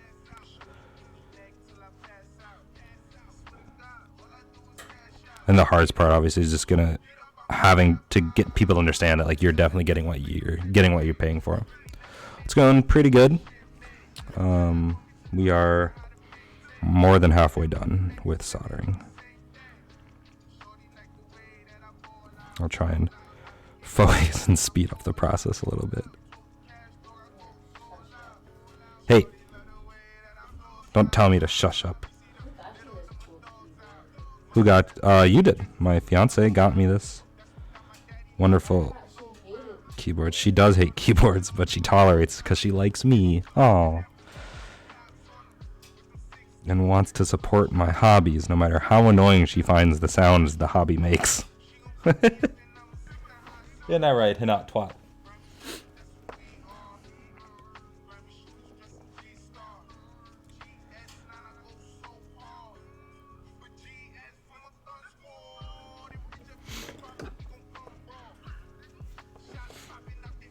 Hey, there it is.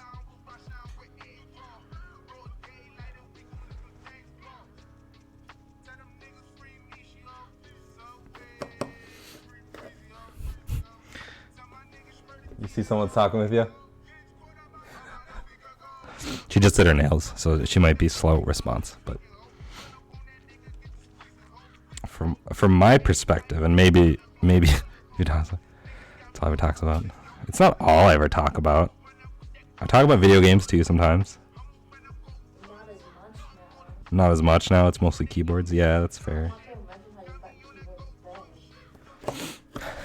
If you want. I mean, it was easy to do. It was a 40% keyboard. My very first, I'll tell it. My very first keyboard was the Zelant. And I would bring it to my bedside table, and like in the middle of the night, if I'd wake up, I'd roll over and I'd like tap it a few times and go back to sleep. So I guess that I could see how that might be annoying. I don't do that anymore. So you can't knock me for that anymore. But she just doesn't like the sound. So like my roommate has Cherry Blues, and I can tell when he's like really going at it on the keyboard and we're like watching TV or something. Sometimes Laura will look over and just like glare. Granted, he can't see her. His back's turned, his face in the wall, but yeah, he's his headphones on, so you can't see Laura. Like, oh my god, that keyboard is so annoying. What's funny is my roommate wants me to potentially build him. His budget's $400, so he wants like a really nice case and housing and everything, but he wants to put probably jades or navies in it, so even a louder click. Oh, clickies aren't the worst. I really like jades, but I don't think I could use one daily. but my roommate really wants me to build them. Like, he wants to essentially spend like 300-ish on the PCB and everything, like PCB case and everything, and then get a set of jades, and then he doesn't really care. He wants to use pudding keycaps, so I mean, it's gonna be like what, $50 out of the $400 on keys and switches, and then $350 on a nice housing for it. And it's gonna be, I kind of want him to do cherry blues, just to be able to post on social media saying like, hey, here's this like $350 group buy, really nice CNC'd aluminum with brass plate keyboard, but it's got cherry blues. That'd just be like a meme machine. The amount of hate it would get, and especially with pudding keycaps. Oh my gosh, that it would just get so much hate. Everyone in the comments section would just like be like, I know it's all about preference, but oh my gosh, that keyboard. But I think I finally convinced him, because he basically wants it to be as loud as possible. And so I convinced him that blues are quieter than jades, which they are, but they also make a different sort of noise. And the jades is a lot more crisp.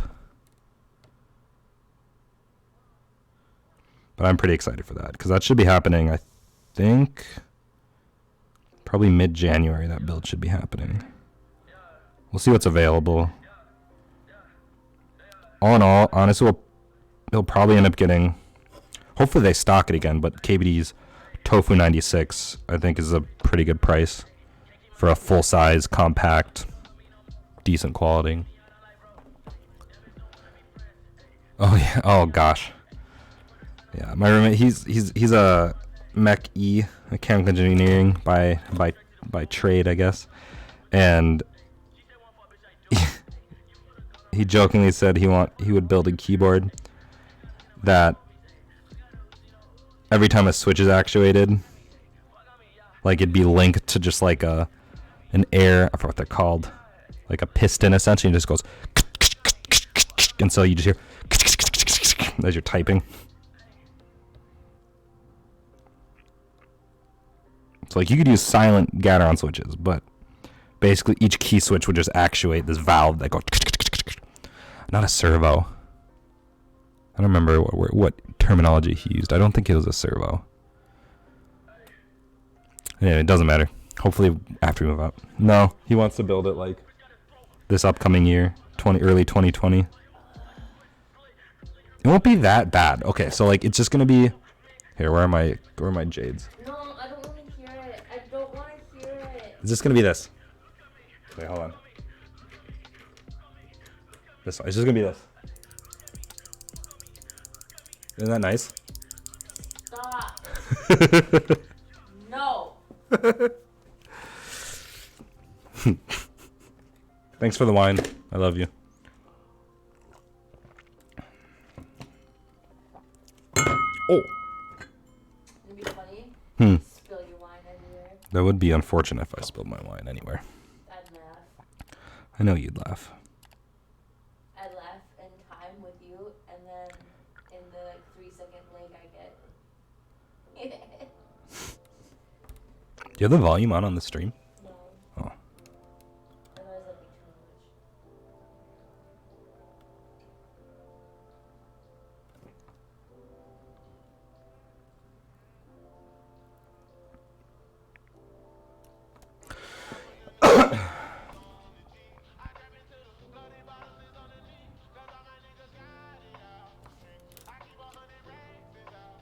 too much. Oh, and then when I do like a redux of this, I'm definitely going to do per switch LED. Because if you're going to go all out, you got to use the per switch LED. It's there. They put it on the PCB. I think it's pretty cool for that price point. $30. And you get 100 LEDs for like, what, $8? Get yourself a set of some red ones. That look really nice, considering that the housing is black. I might actually also look to vinyl wrapping. That's something I wanted to look into for the Alice, actually. Not that I dislike the yellow acrylic, but I think potentially vinyl wrapping this would look kind of cool. Because then you can kind of pick whatever color. I think like a color shift would be cool. But I could definitely see a vinyl wrap, doing a vinyl wrap job of one of these Doom hammers. I think would be really cool.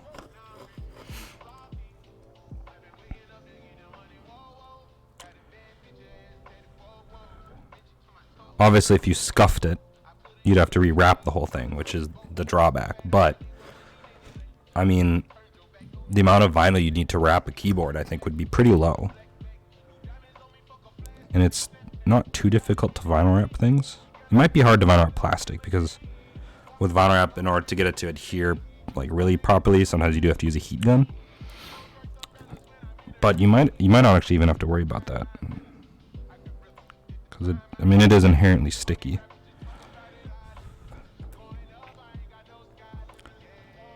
But I don't think I've seen anyone vinyl wrap, and there might be a reason why. It might be because the fact that it can scuff really easily, not really easily. I mean, they use it on cars.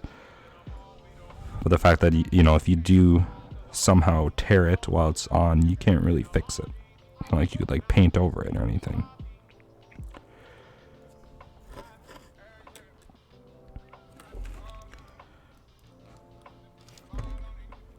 Alrighty, man. Thanks for stopping by. Enjoy your New Year's. Nice chatting with you. And my fiance says, it was nice chatting with you.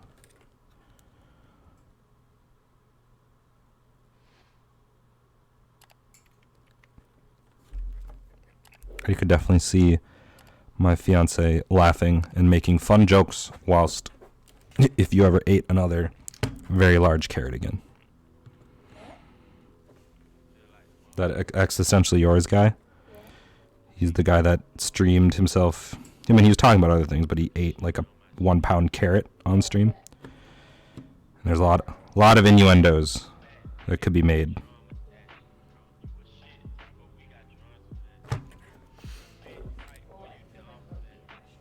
What? Oh. You take your meds? Oh. Oh, are you doing it in the morning now for sure? Yeah. Okay.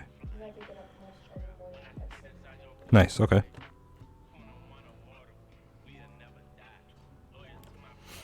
Yeah, Existentially, and there's another streamer named Keone are kind of the only two people that I talk to once in a while that I've met through keyboard stuff.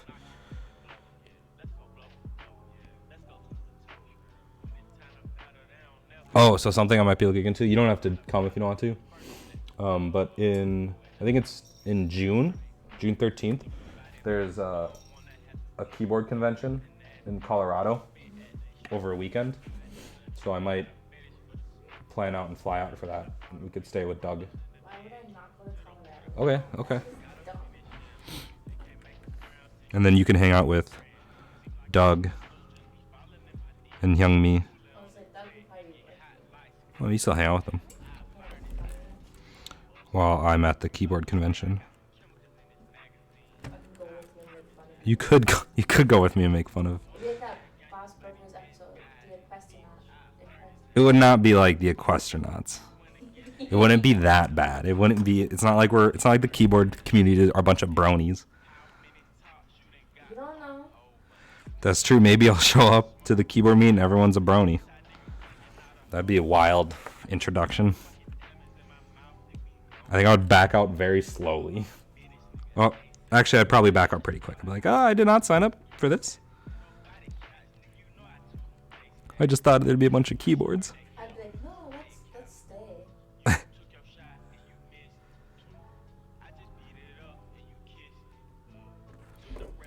Apparently there's a couple Minnesota meets, or like there's a Minnesota meet every year. The bronies? No, there's probably a brony convention in Minnesota. I was talking about keyboards. Oh. Because there's actually a pretty big distributor of keyboard accessory stuff out of Minnesota. I noticed when you said that one time I wanted to get fixed. Yeah, they're based out of Shakopee. See, I Switch mod keyboards. See?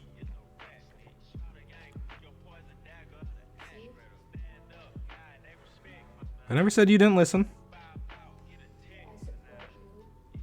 support you And I appreciate your support. and your dumb.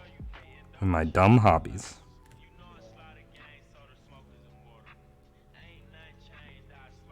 Did somebody comment something like that on your Twitch or something? Oh no, on YouTube. Why you into expressive hobby? Oh no, I got a really weird, like, somewhat backhanded compliment where the guy was like, your dedication to, like, wasting money, but you make good videos, keep it up, or something like that. I wanted to go on there and be like, y'all better watch what the hell you say. Mess with my fiance, I would mess you up Please don't. I know you're saying that jokingly, but with my janky shoulder and knee and hip and foot. I'll use my crutch.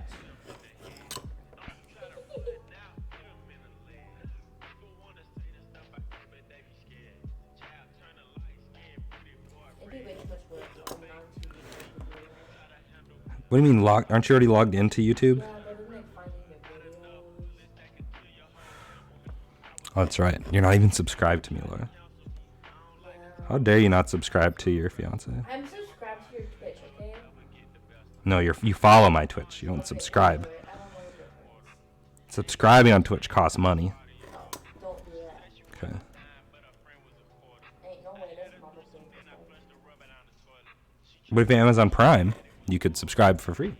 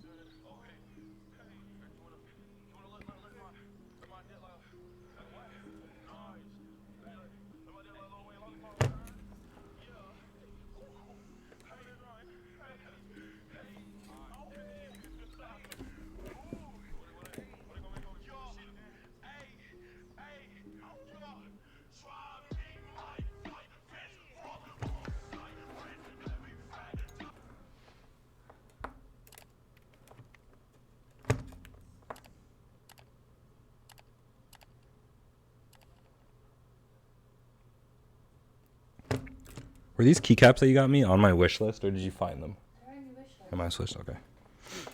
Everything I got you this year was off your wish list, except for your things. And your underwear. Cause I didn't remember if I put them on my wish list or not. And I was gonna say how much I like them. But You didn't put them on your wish list. I'm just not sure that they just stuck out. oh, okay. Yeah. Is that what you wanted to do? Sure. Oh, we'll go with that. They weren't on your wish list. Yeah. Okay. You went out and found them. Wow. So impressive, Laura. What? Oh, sorry. Sorry, Hinata. Whoa, whoa, whoa. Again, it's not close.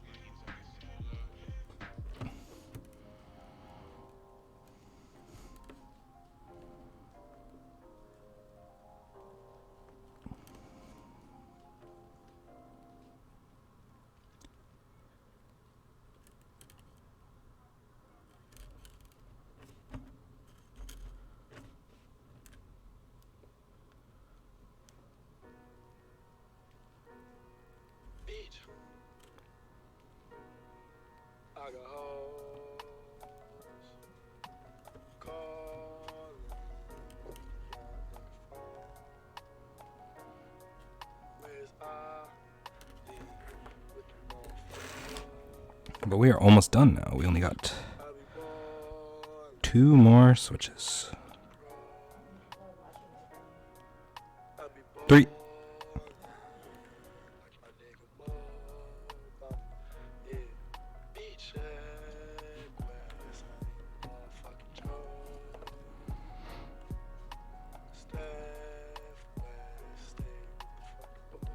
Boom, done. Nice. All right.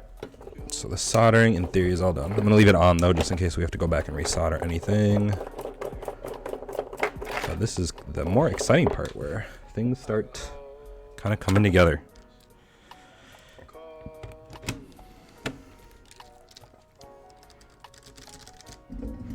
All right, where is...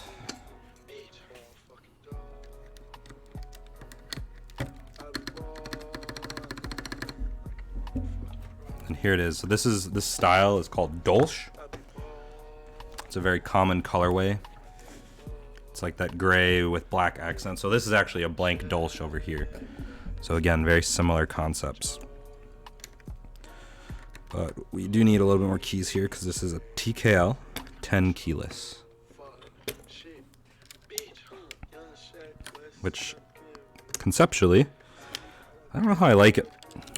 Because I mean, yes, it does save some space, but I don't really like these separated sections. I like it all condensed, so like that's why I'm a huge fan. And when people come to me and ask, you know, for build advice, I do recommend the KBD75 V2 because it has a lot more keys than your standard 60% or 65%, but it's not quite as big as a full size. But you can still get a very high quality build for very reasonable as opposed to some other options. Obviously reasonable is all relative and preference based. But for like $250 you can get a pretty nice KBD75 setup.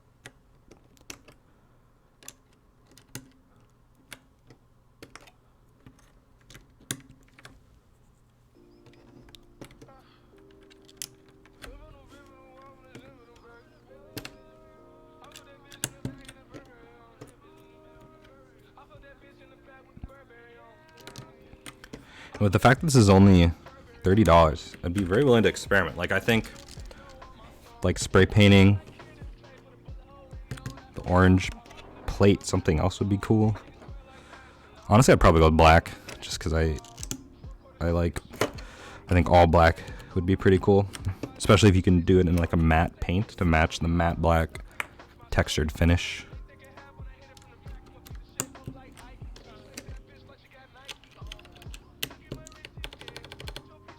I think this is going to turn out really well.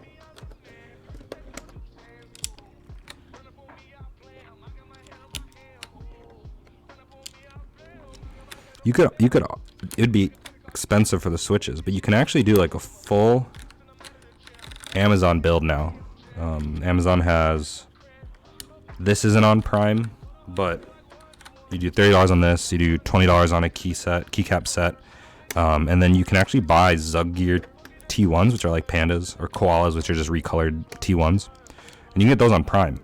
And so you in theory could do like $150 Prime TKL, or if the TKL isn't on Prime, you would then kind of have to defunct to a GK61, which is a 60%. But the fact that you can do a Prime now soldered keyboard build, I guess it again, this is not on Prime now. But a GK61 is on Prime now, and you could do a hot swap build straight off Amazon, which is pretty wild. You are paying a lot more for the Zug Gear T1s on Amazon than you are on other sites, but the fact that they arrive in less than 2 days is pretty cool, actually. And I think I priced out at one point. If you did a 60%, so the GK61 with keycaps and a full set of Zug Gear T1s, it would be less than $130, I think, which again is not bad for the turnaround time.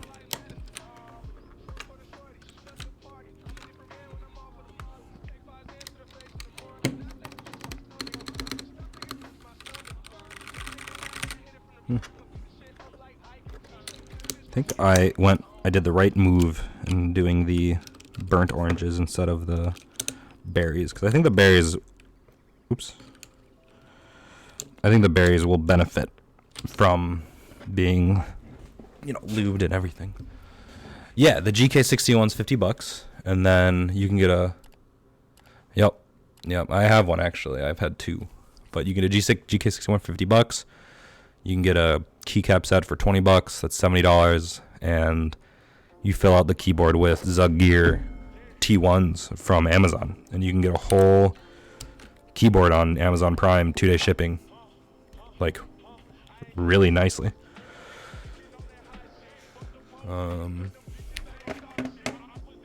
Yeah, it's coming together really nicely. I agree.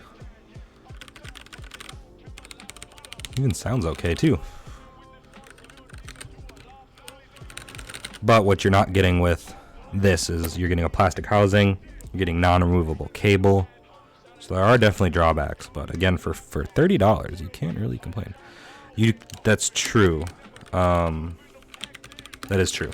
But if you don't want to loop switches, so I feel like a lot of people who enter the hobby either through Duckies or anything that Ducky or Corsair or anything, any sort of like custom hot swap like that, I think is an upgrade, I guess, even if they don't lubricate all the switches. And I bet you could probably find some sort of, you probably could find some sort of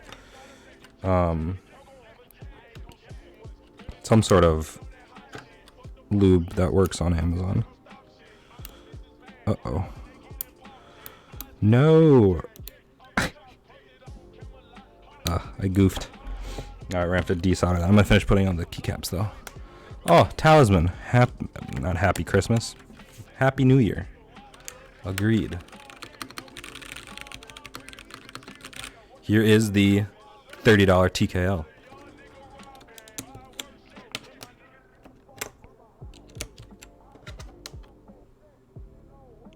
They have Electric and Teflon. Yeah, you might have to go someplace else for that. But the fact that you can get a workable, moderately okay custom for that he was here earlier actually. He did leave. Like dang, like that's gonna look pretty nice once it's all said and done. I did mess up one of my stabilizers and I didn't check it, so now we're gonna have to desolder the switch. Yeah, Crytox is really expensive on Amazon. It's also not even like I have a vial of it. I paid I think like $30 for not a lot, and I have it on return, so I eventually am gonna ship it back. I do have a little bit of time before I have to ship it back. So fine, you can spend $130 on Amazon Prime 2-day shipping. Get yourself some lube from SwitchMod or 1UP keyboards. Alright, well that's frustrating. Glad I left my soldering iron on now.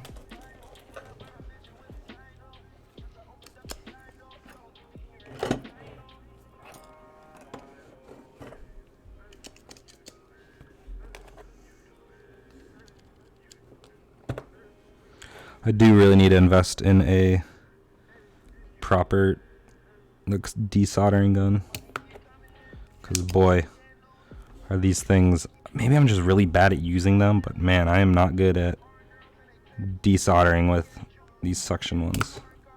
Ooh. Alright, that worked okay, I guess. We're getting there. I can see the gold plate now.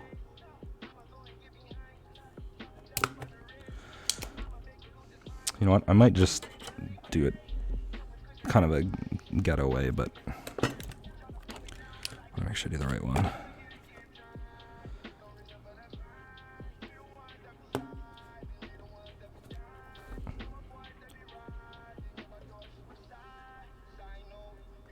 Oh.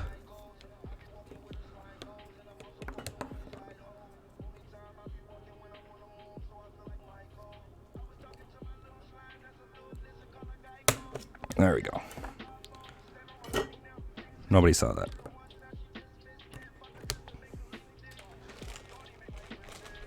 And let's grab a new switch.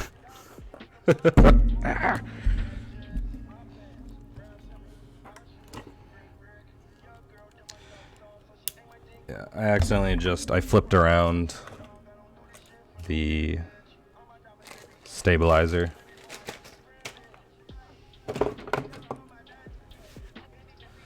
And so now it doesn't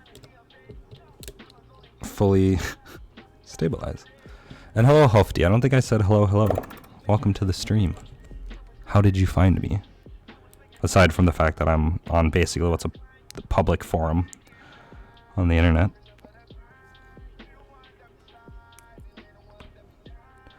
There is my problem. This one was the wrong direction. Granted, honestly, I probably could have just gone and used the keyboard without that key because I never use right shift. But to do a good job, I'm not going to leave that. Keyboard stream is awesome. Yes, well, I am a keyboard. I try and do once a week, Tuesdays. Tuesday yesterday was a busy day for me. Wait, no, is today Tuesday? Today's Wednesday. Is it Tuesday? Oh, wild. Good. Oh, you're about to build one. Very cool. It's actually not too tough of a process, all in all.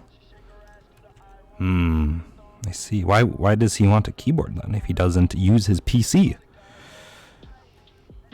But do you yourself have a custom keyboard of some sort?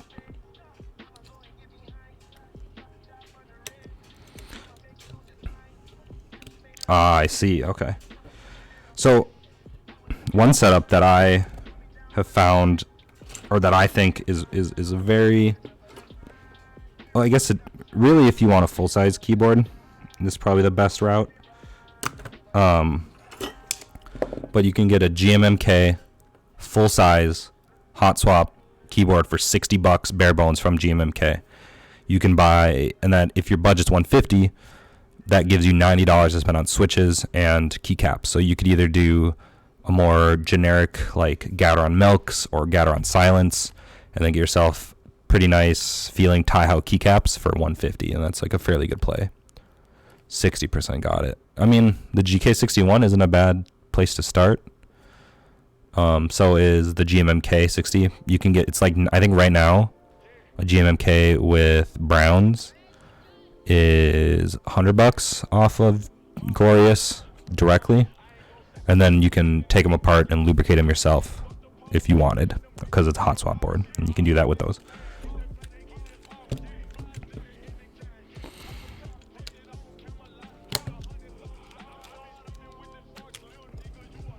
Let's see if this works now. Cool. Well, anyway, sorry. So yeah, I stream every Tuesday. I try to stream.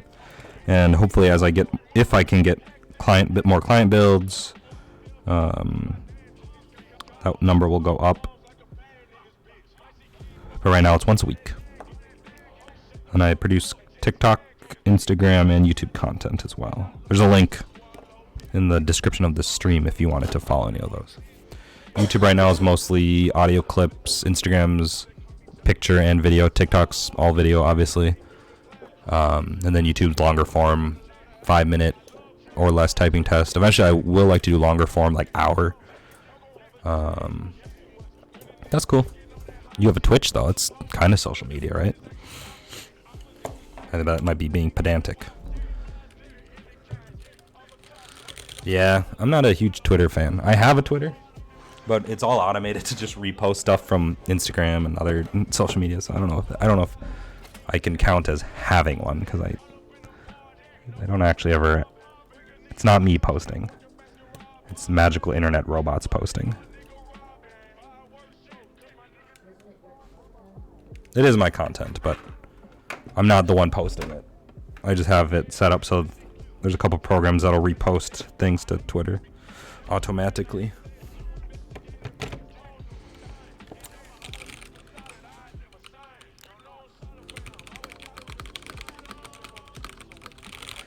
But yeah, Hofty, if you wanted to do like a build for him, I don't know what your situation is, but like the GK61 off Amazon, I've had 2 of them. Both of them work very well. And get yourself some lubricant from SwitchMod or 1UP. Get yourself some switches from Novel or whoever else, and you have yourself a nice setup.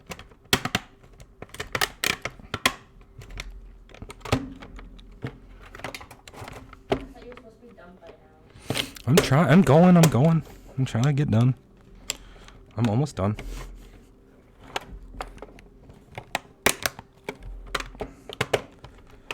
Having some issues getting the case back together. Oh, okay, there's that side. Ooh, I don't really like this all plastic design.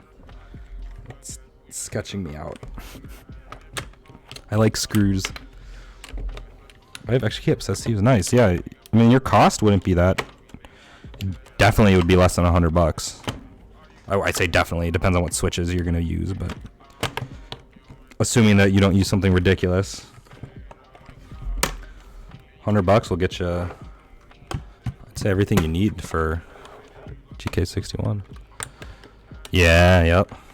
That's the entry point for a lot of people. Is not. I mean, Fortnite is lately because it's like it's been the hot game, but PCs and PC gaming is definitely, I'd say, the biggest gateway into mechanical keyboards. That's how I definitely found out about them and when I was younger.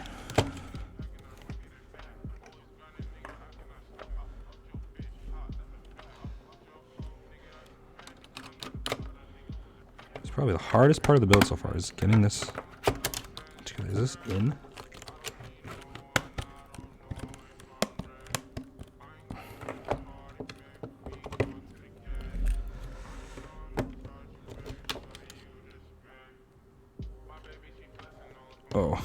Oh, there it is. It was I who was wrong.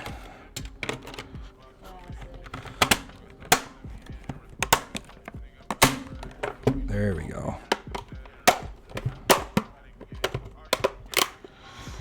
Oh, I don't like all that noise.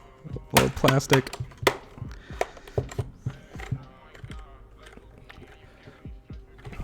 But I mean, this also isn't a bad budget if you are proficient at soldering. You could build one of these because the base itself is $30. And then if you already have keycaps, that knocks off $20 to $30 off your price, and you just need 87 switches, which $30, $40. So in theory, it could be a. I don't think I should beat it like that. Oh, ouch! Oh my god. Dang, this sounds really good. I am very impressed by this. Nice job. Way to buy something off my wish list. And then, were you expecting it? I wasn't expecting you to actually buy me one of these, to be honest. No. Towards the end, though, you started getting a little suspicious, and I had to give it to you. Dang, I am very impressed with this.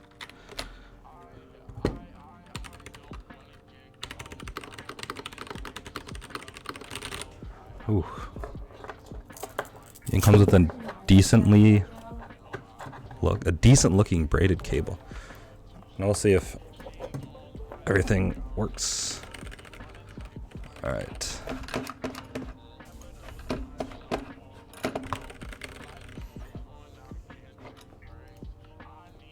You want me to hold her? Oh, there she is. This is my cat. My fiance's cat. Hinata. You can follow her on Instagram at Hinatwat. HINATWAT. Should I just put that in my bio? You should. You really should. Oh, what a fluffers. Sorry, I thought you.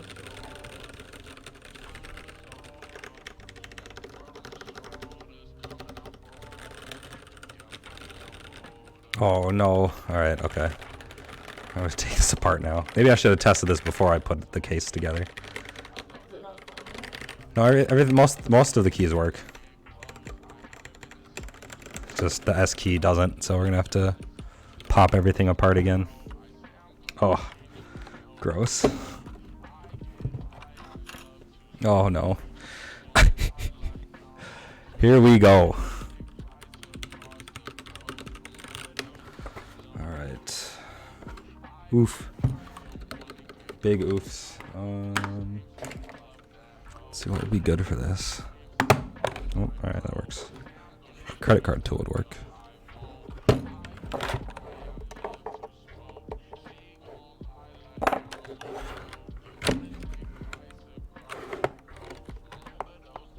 Ow.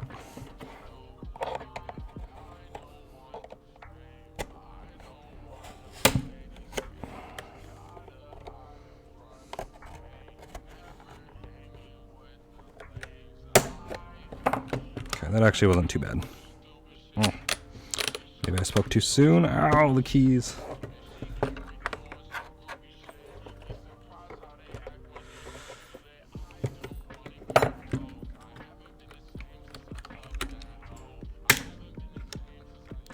Alright, come on.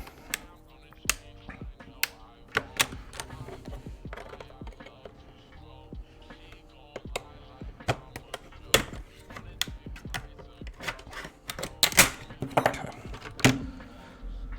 Alright. Let's take a look at our S key. Which is this guy.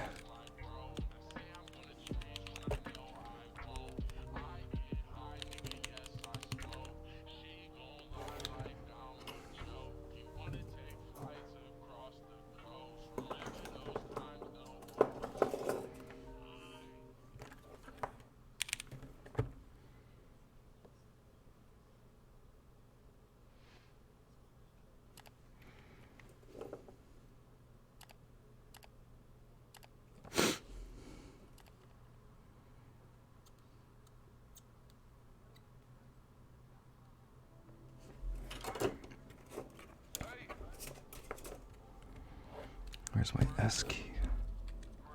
So this is caps lock. S-A-S, okay. So what is this key? Maybe that fixed it. Let's check.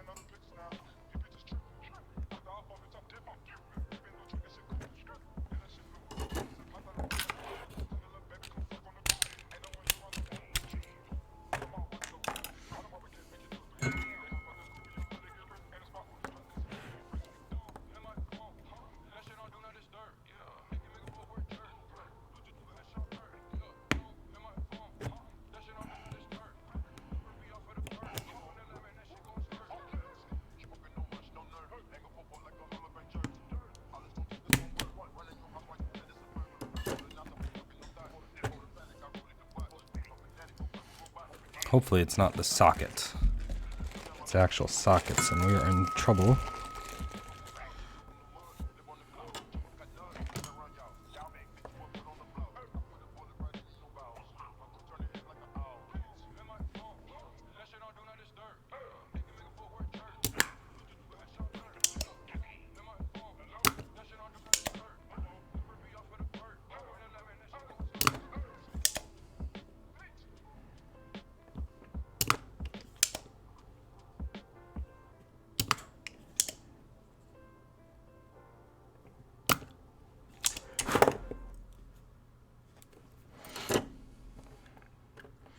Actually, let's test this.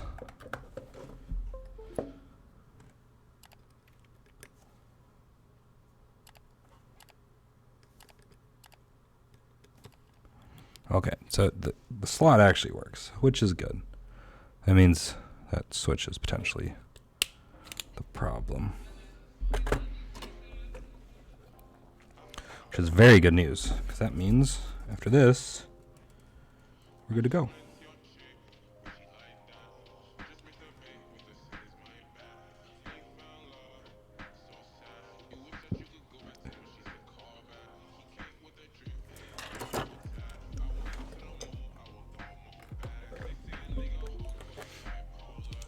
I should say S, because that was the S key. Where'd it go? Very nice. All right, we can officially put this together and be done building.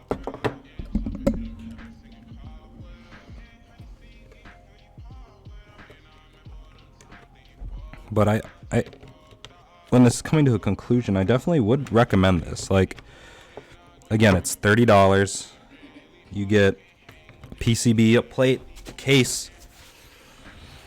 It's tough to complain. And just from the very limited sound I have from just typing on it briefly, it does sound fairly good. And the fact that it's so cheap would, make me comfortable with modifying like this. Like, you sand this down, spray paint it whatever color you want, vinyl wrap it.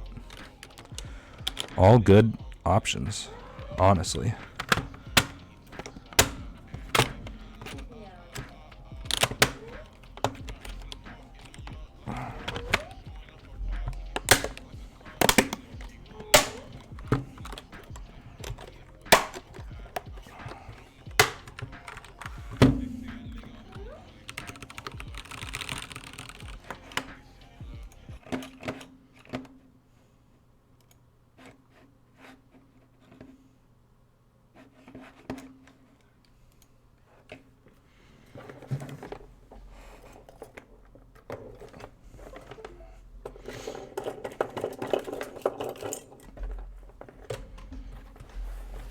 Yeah, so I think if I do this again, I will probably spray paint the plate something not orange. I think black would look really nice. And then if I did per switch LED, so like red glow on this would look really nice. Anyway, so let's do the stream ending typing test and sound test, obviously.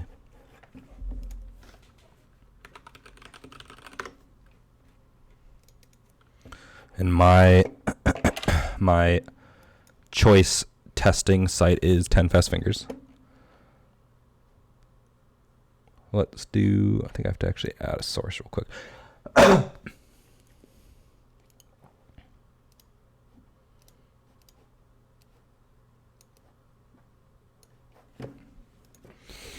All right.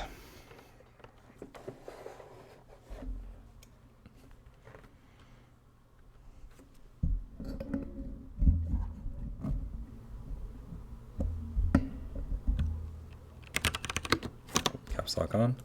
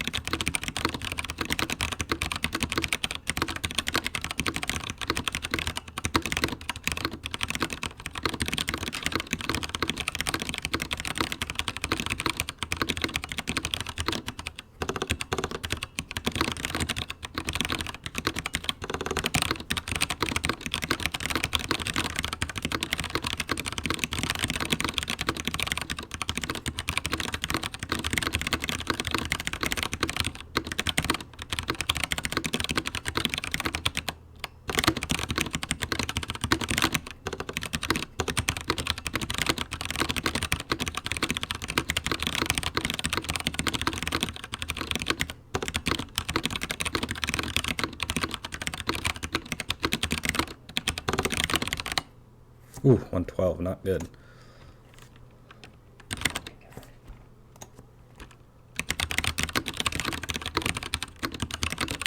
Actually, here, I forgot. This also has built-in stands.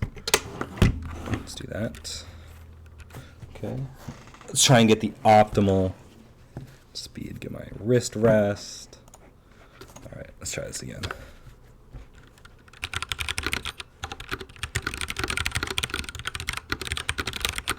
Oh, no.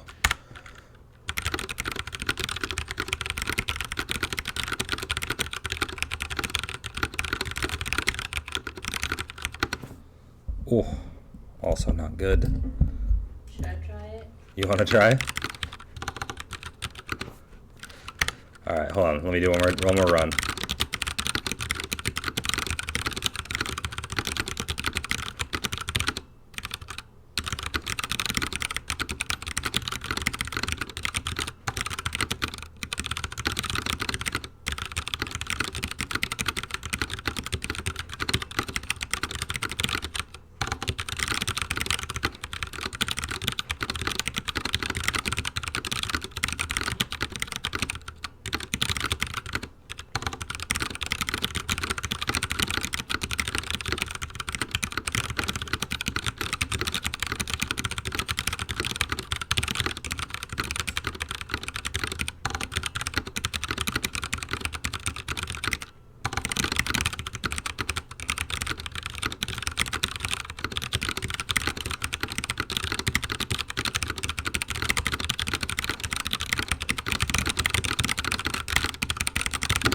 Oh, 116. I want to break 120. Oh.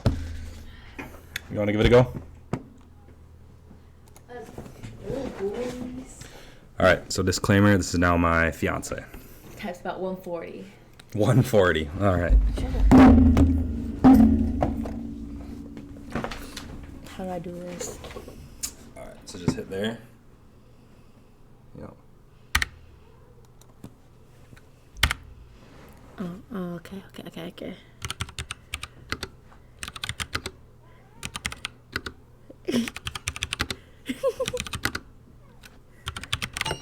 Oops.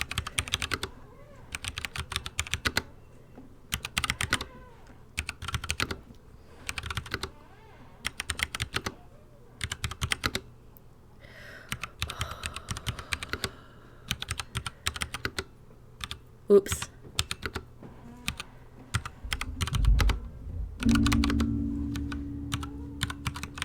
Oops.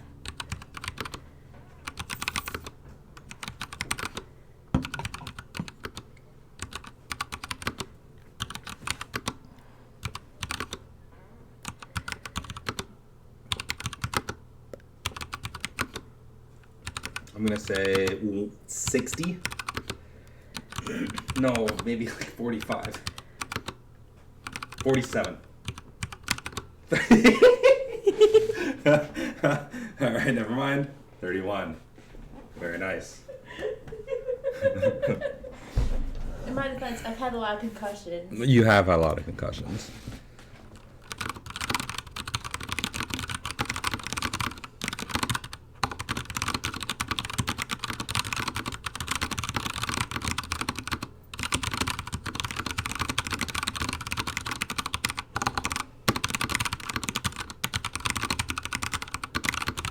I like the keyboard, though. It feels nice. Yeah, it turned out really good, actually.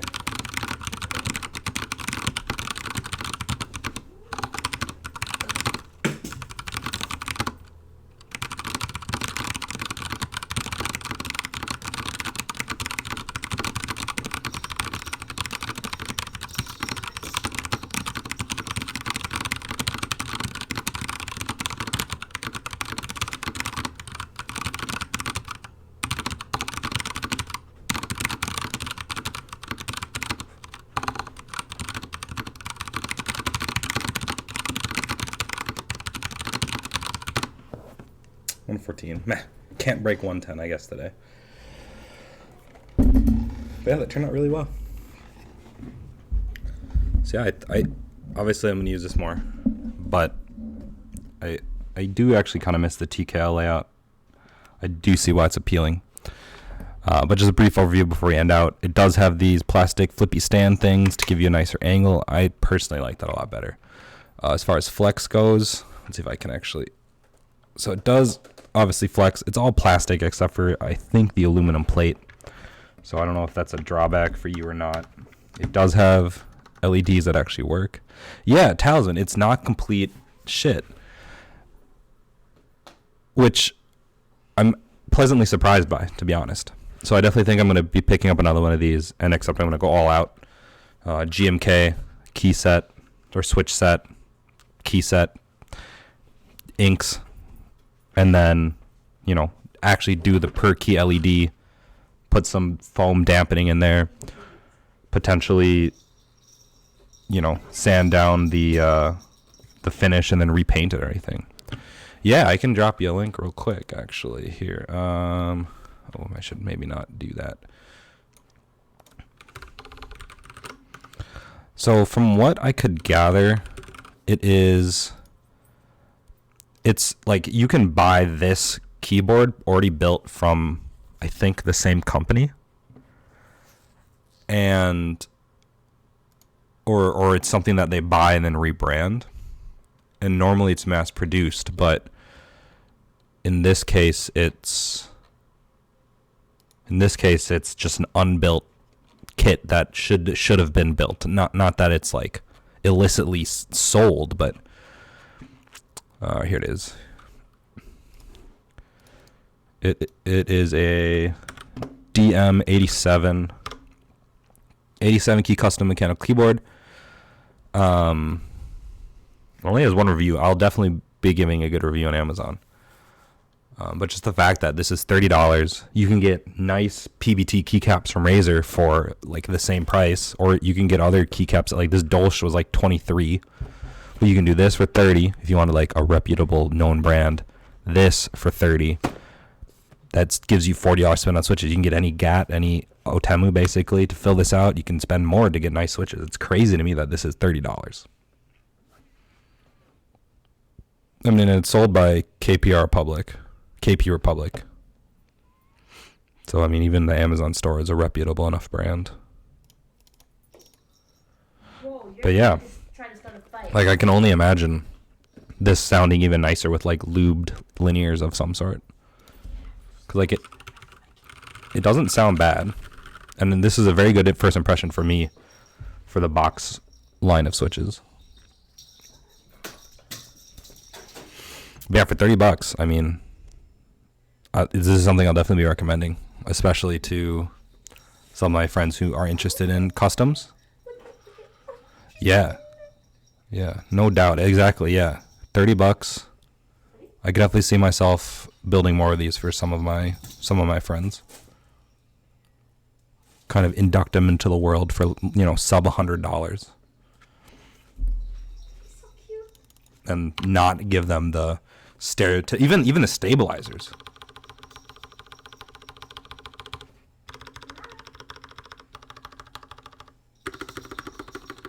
I mean, granted, it helped that these aren't linears, but that was where I thought it'd be the most faulty, but it definitely surprised me. Anyways, man, thanks for checking my stream out, ladies and gents.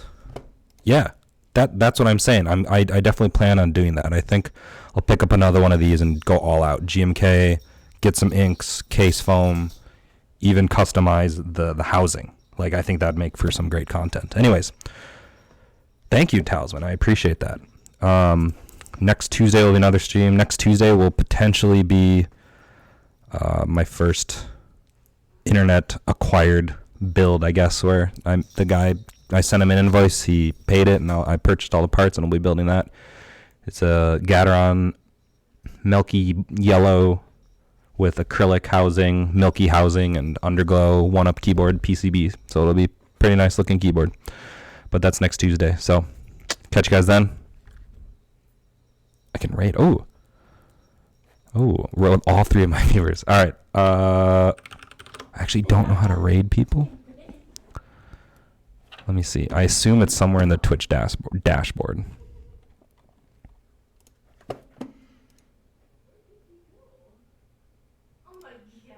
Channel. Do you know how to raid people, Talisman? I'm still a noob at this. Oh, raid channel, there it is. Man of... There he is. Oh, with all 3. 5 seconds, boys. Peace.